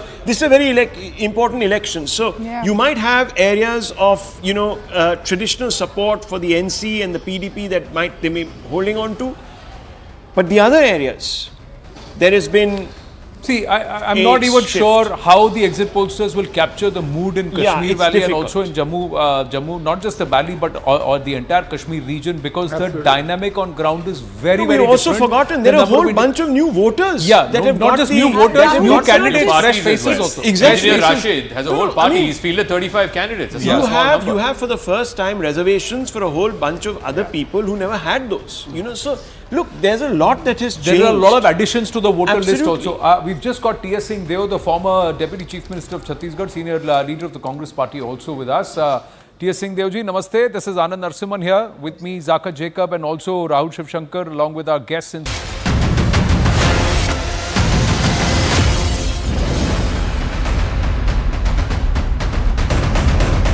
Back live with the Haryana poll of polls, ladies and gentlemen. The mega poll of polls gives the Congress a runaway victory. It's the single largest party with a clear majority. There is no pollster who's saying, except for Dainik Bhaskar, that it is not going to cross the majority mark. The Dainik Bhaskar's lower median is 44. That's still just too short of the halfway mark, that is, or the majority number, that is 46. Halfway mark is 45, 90 seats. But look at where the BJP is. Only one pollster is saying that the BJP will cross the 30-seat number in Haryana. Otherwise, they are going to be between 18 to 29. That's where the median is. That's where the range is for the BJP. Clearly, even the other smaller parties, JJP plus others, none of them very significant to make a solid impact. It's only the Bhaskar number at the bottom that is giving some number or some heft to the others. And that's also, the seats are being pulled away from the BJP's kitty and it's going into the others. But overall, between 55 to 65 seats for the Congress party. That's where it looks like. Rahul Verma is with us from outside the studio, and then we'll bring it into the studio. Pradeep Bhandari is here, Aarti Tikku is here, Advaita Kala along with Rahul Shivshankar and Zaka Jacob. Yes, Rahul Verma, your assessment on Haryana? Largely, yes, I think because there has been an expectation that Congress is going to do better in Haryana, since BJP has been in power for last 10 years, and there has been number of issues which has come up in last couple of years, including farmers' unrest, and then there were issues with wrestlers. There is some economic anxiety. So in sum total, the BJP in Haryana faces a formidable challenge. Even when they were running government last time, they only had 40 seats. So with 10 years of anti-incumbency, and that too with anti-incumbency at the center as well as state level, it would have been a very, very difficult task for BJP to improve its position from 40 seats. To me, I think BJP in both states, their sort of strategy would be simple, to hope that Congress does not get outright majority in either Haryana or Jammu and Kashmir, and BJP emerges as a single largest party, hopes for a situation where a post-election coalition can be cobbled up. even in 2019 in Haryana, BJP was a coalition government with the support of JJP. I think this time around, though, Rahul, correct me if I'm wrong, I think in Haryana at least it's very clear. It's a straight-up two-horse fight. It's either BJP or it's Congress. I think the smaller parties, particularly JJP and INLD, etc., I think the voters don't want to be seen as... It's a mentality, right? You don't want to waste your vote on a ghoda that's not going to win. So you're backing either, one of the two parties that you think will win. So, Jaka, this trend was even visible in 2024 Lok Sabha election. Yeah. Let me just give you a number, which is that if you look from south to north, any party that was not part of either NDA or India Alliance got squeezed. AIDMK in Tamil Nadu, YSRCP in Andhra, TRS in Telangana, BJD in Odisha, BSP in UP, INLD and JJP in Haryana, Shiromani Akali Dal in Punjab.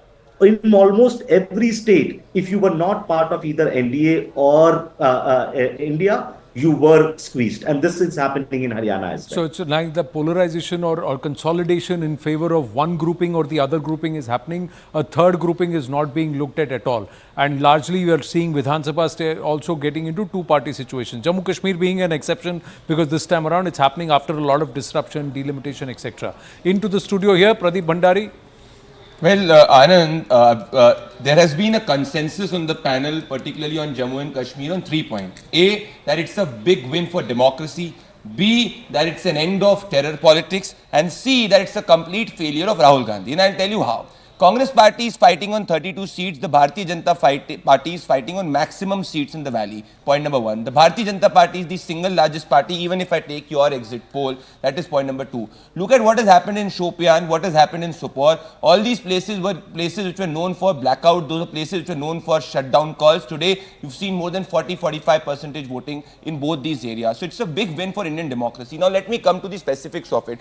Lectures were given, Anand, by a party, PDP, which got mere 8% vote share in the recently conducted Lok Sabha election, and Mehbooba Mufti herself and a party lost the election. The Bharatiya Janata party, even on vote share terms, was the single largest party in the entire Jammu and Kashmir in the recently conducted Lok Sabha. We are very, very confident that by consolidating our entire bandwidth in Jammu and also increasing our vote share, in particular in many seats in the valley, and also we have a highly likelihood of winning certain seats in Jammu and Kashmir, might be in Kashmir, might be single digit seats. We will be in catching distance of forming the government, and there cannot be a government in Jammu and Kashmir without the BJP. You're saying exit polls have not captured what you're saying? I am saying that the exit poll is underestimating the surge of the Bharatiya Janata Party in Jammu and Kashmir, in particular in Jammu. They are overestimating the So you are saying that you may be in a position to form government without the PDP or the National Conference? Not maybe. We will be in the position of forming the government. You will see a newer alliance, a newer coalition, which will be having the Bharatiya Janata Party as the dominant and the main party. So let me ask Pradeep one second. You are saying you will need the help of some independents, newer parties. Yes. Will you or will you not join hands with Engineer Rashid's party? Well, that is the post-poll decision that the party will take. Any individual or anybody who is interested in taking the state of Jammu and Kashmir forward, who believes in nation first, will be coming with the Bharatiya Janata Party. Shankar, you have a thought or two to say about that? If the BJP were to join hands with Engineer Rashid's party, would that be kosher for you? No, I mean, look, I've always even opposed the tie-up with the PDP in the past, because I believe that individuals in the past who have sort of sworn allegiance to the Indian Constitution have meant it only because they've seen power and they see the opportunity to capture it. But fundamentally, look at what all of these political parties are demanding.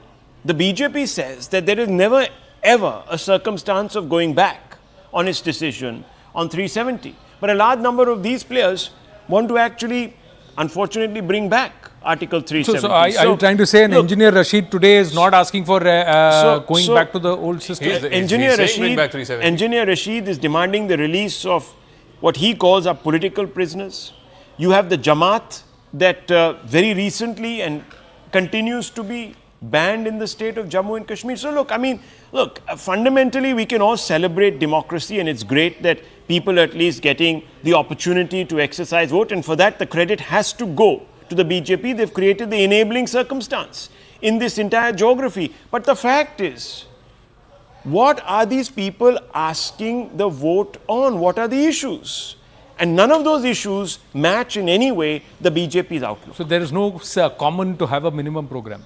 Nothing look, common. you had one with the PDP, yeah, but then look at where the PDP is today. Happened. The PDP is finished. So if these political entrepreneurs want to then sort of find themselves discredited or rejected by the people of Jammu and Kashmir, they'll take that risk. But that's a risk. It is near to impossible to have a government in Jammu and Kashmir without any representation of Jammu. That is point number one.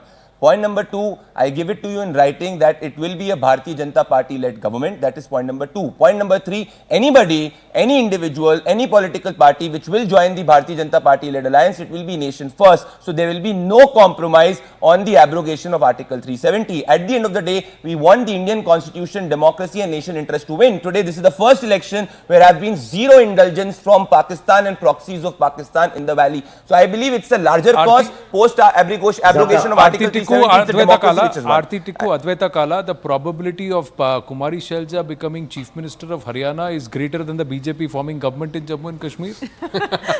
or is it the other way? When the Congressis will not agree with the other way around? That's nasty.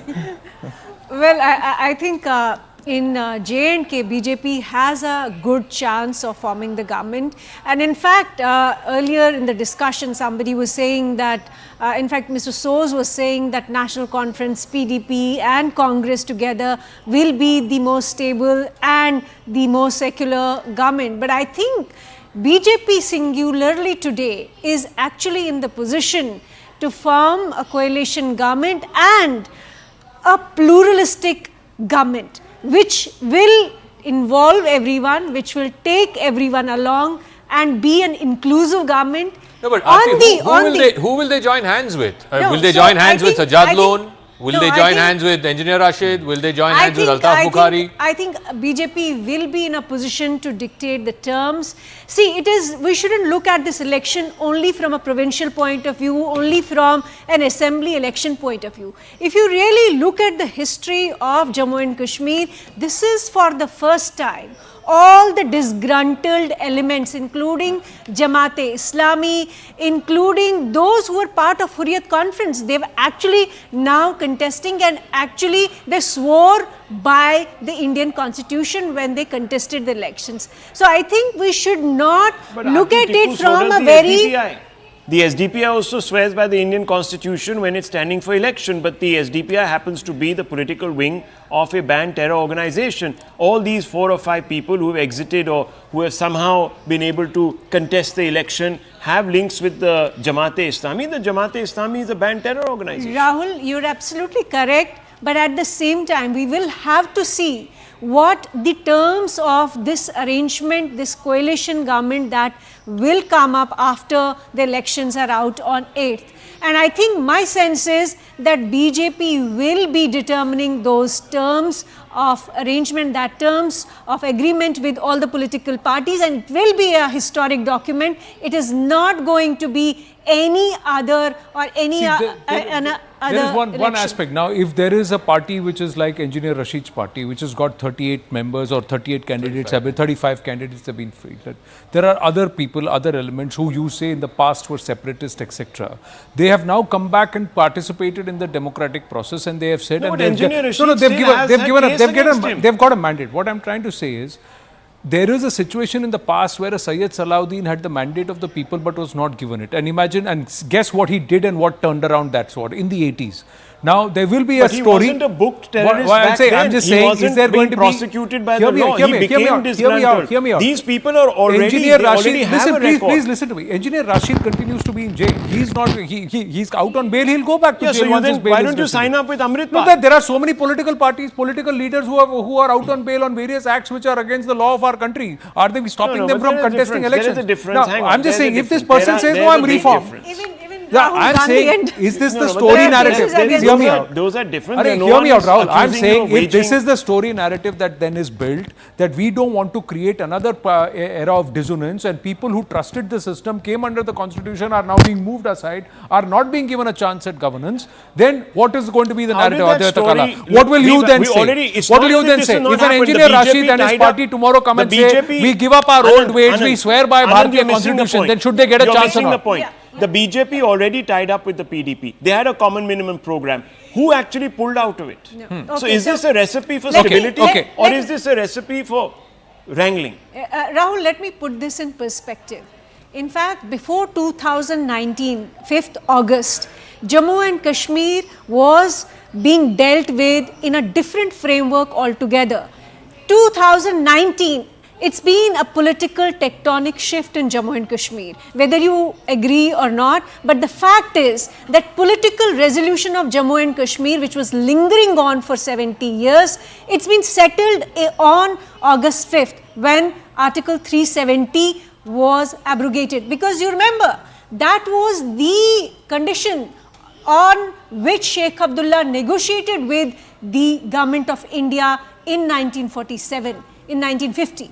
So we should not, you continuously are equating Jammu and Kashmir, today Jammu and Kashmir with what Jammu and Kashmir was 5 years ago. You will have to factor into the fact that in the last 5 years, there is a paradigm shift constitutionally, politically, that might be and fine. also socially. On 370, I do have a point to make. I think Omar referred to this in the campaign as well.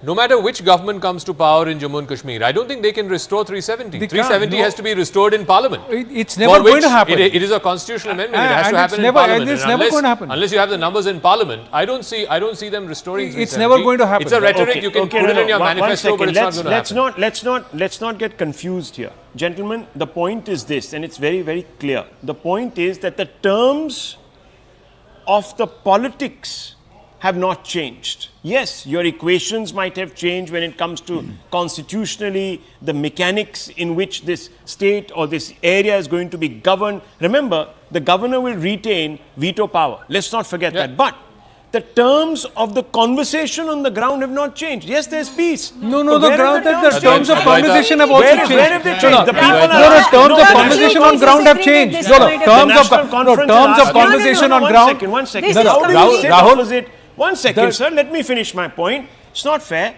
I'm making a very simple point. How do you sit opposite the National Conference that has in its manifesto come out and said that we want, whether it can deliver or not is a different matter. We believe that there should be talks with Pakistan. We believe trade should resume with Pakistan. We believe fundamentally that people who have been jailed because their rights have been abused, they should be released.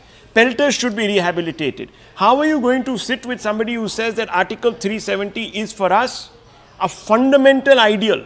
Who's going to sit? Who's going to sit across? The NC and the BJP. NC and the BJP are never getting into an alliance. NC and the BJP are never getting into an alliance. The NC itself has then what is the difference between getting into an alliance with Engineer Rashid's party? He's saying exactly the same thing. How are the MPs in Parliament sitting next to a Farooq Abdullah and Aga Rula in Parliament? They are here in Parliament with their stated position. Do you believe that Engineer Rashid should be in Parliament? Are you trying to say that the people's mandate? Do you think Engineer Rashid should be in Parliament? Yes or no? If Engineer Rashid... Yes or no? Let me ask you this. Let me ask you this, Rahul. If Engineer Rashid and his entire party stand together, hold the constitution in their hand and we swear by the tricolour and we want to change our ways. But he's booked. Give us a chance because... No, give us a chance. Give us a chance because we've been elected by the people. Are you going to say that you will take away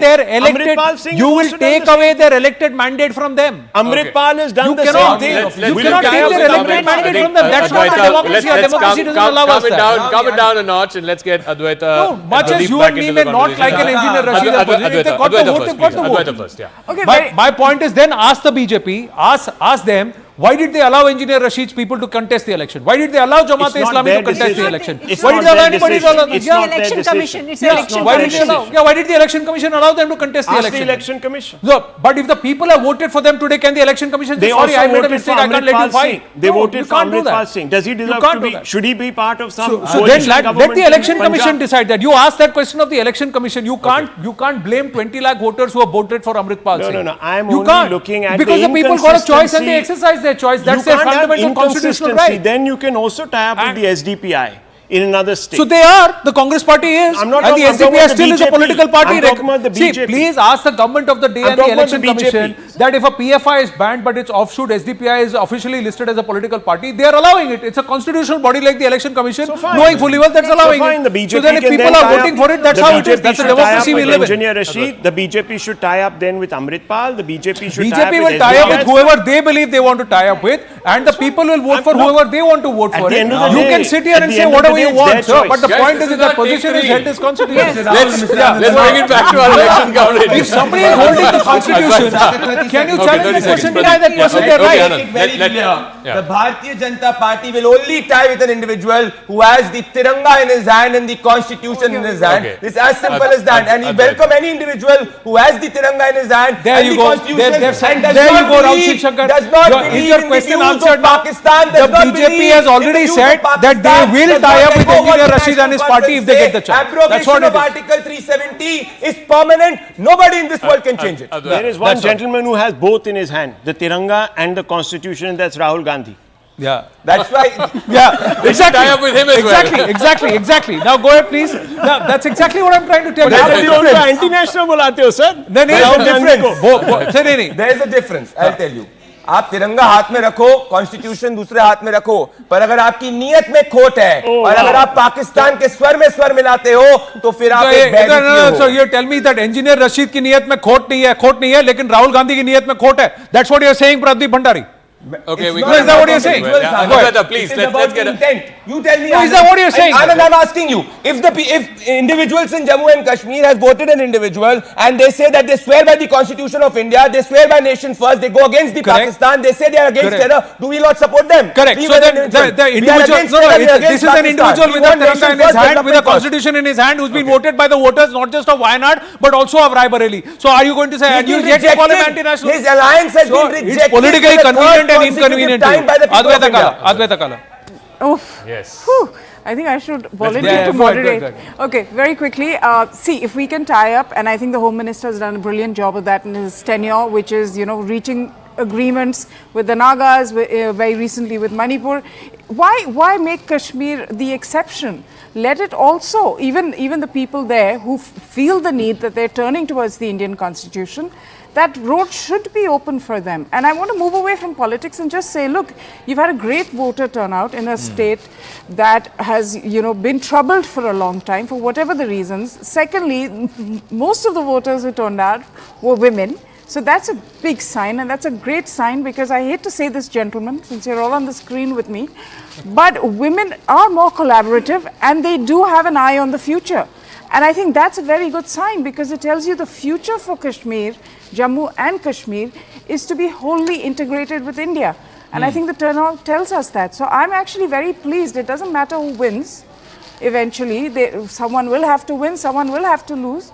But I hope Article 370 stays, which it will, because it's Parliament. They've said that. I think we really have to wrap up. She's absolutely right. And he's right too. They hold the tricolour and they hold the constitution. There are some people in Kashmir who want to hold two constitutions and two flags. Correct. All right. On that note, thank you very much. Hope you enjoyed this broadcast as much as we enjoyed bringing it to you, ladies and gentlemen. Ultimately, anybody and everybody who works for democracy and respects the ballot should get a chance if they have been elected and voted to govern.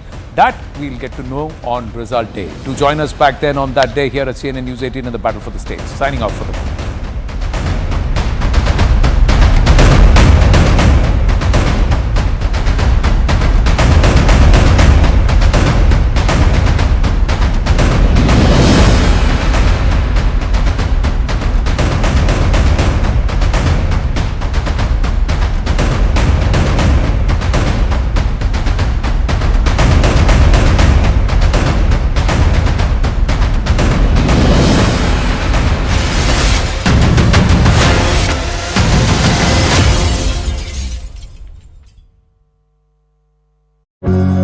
But in Jammu and Kashmir, it's interesting.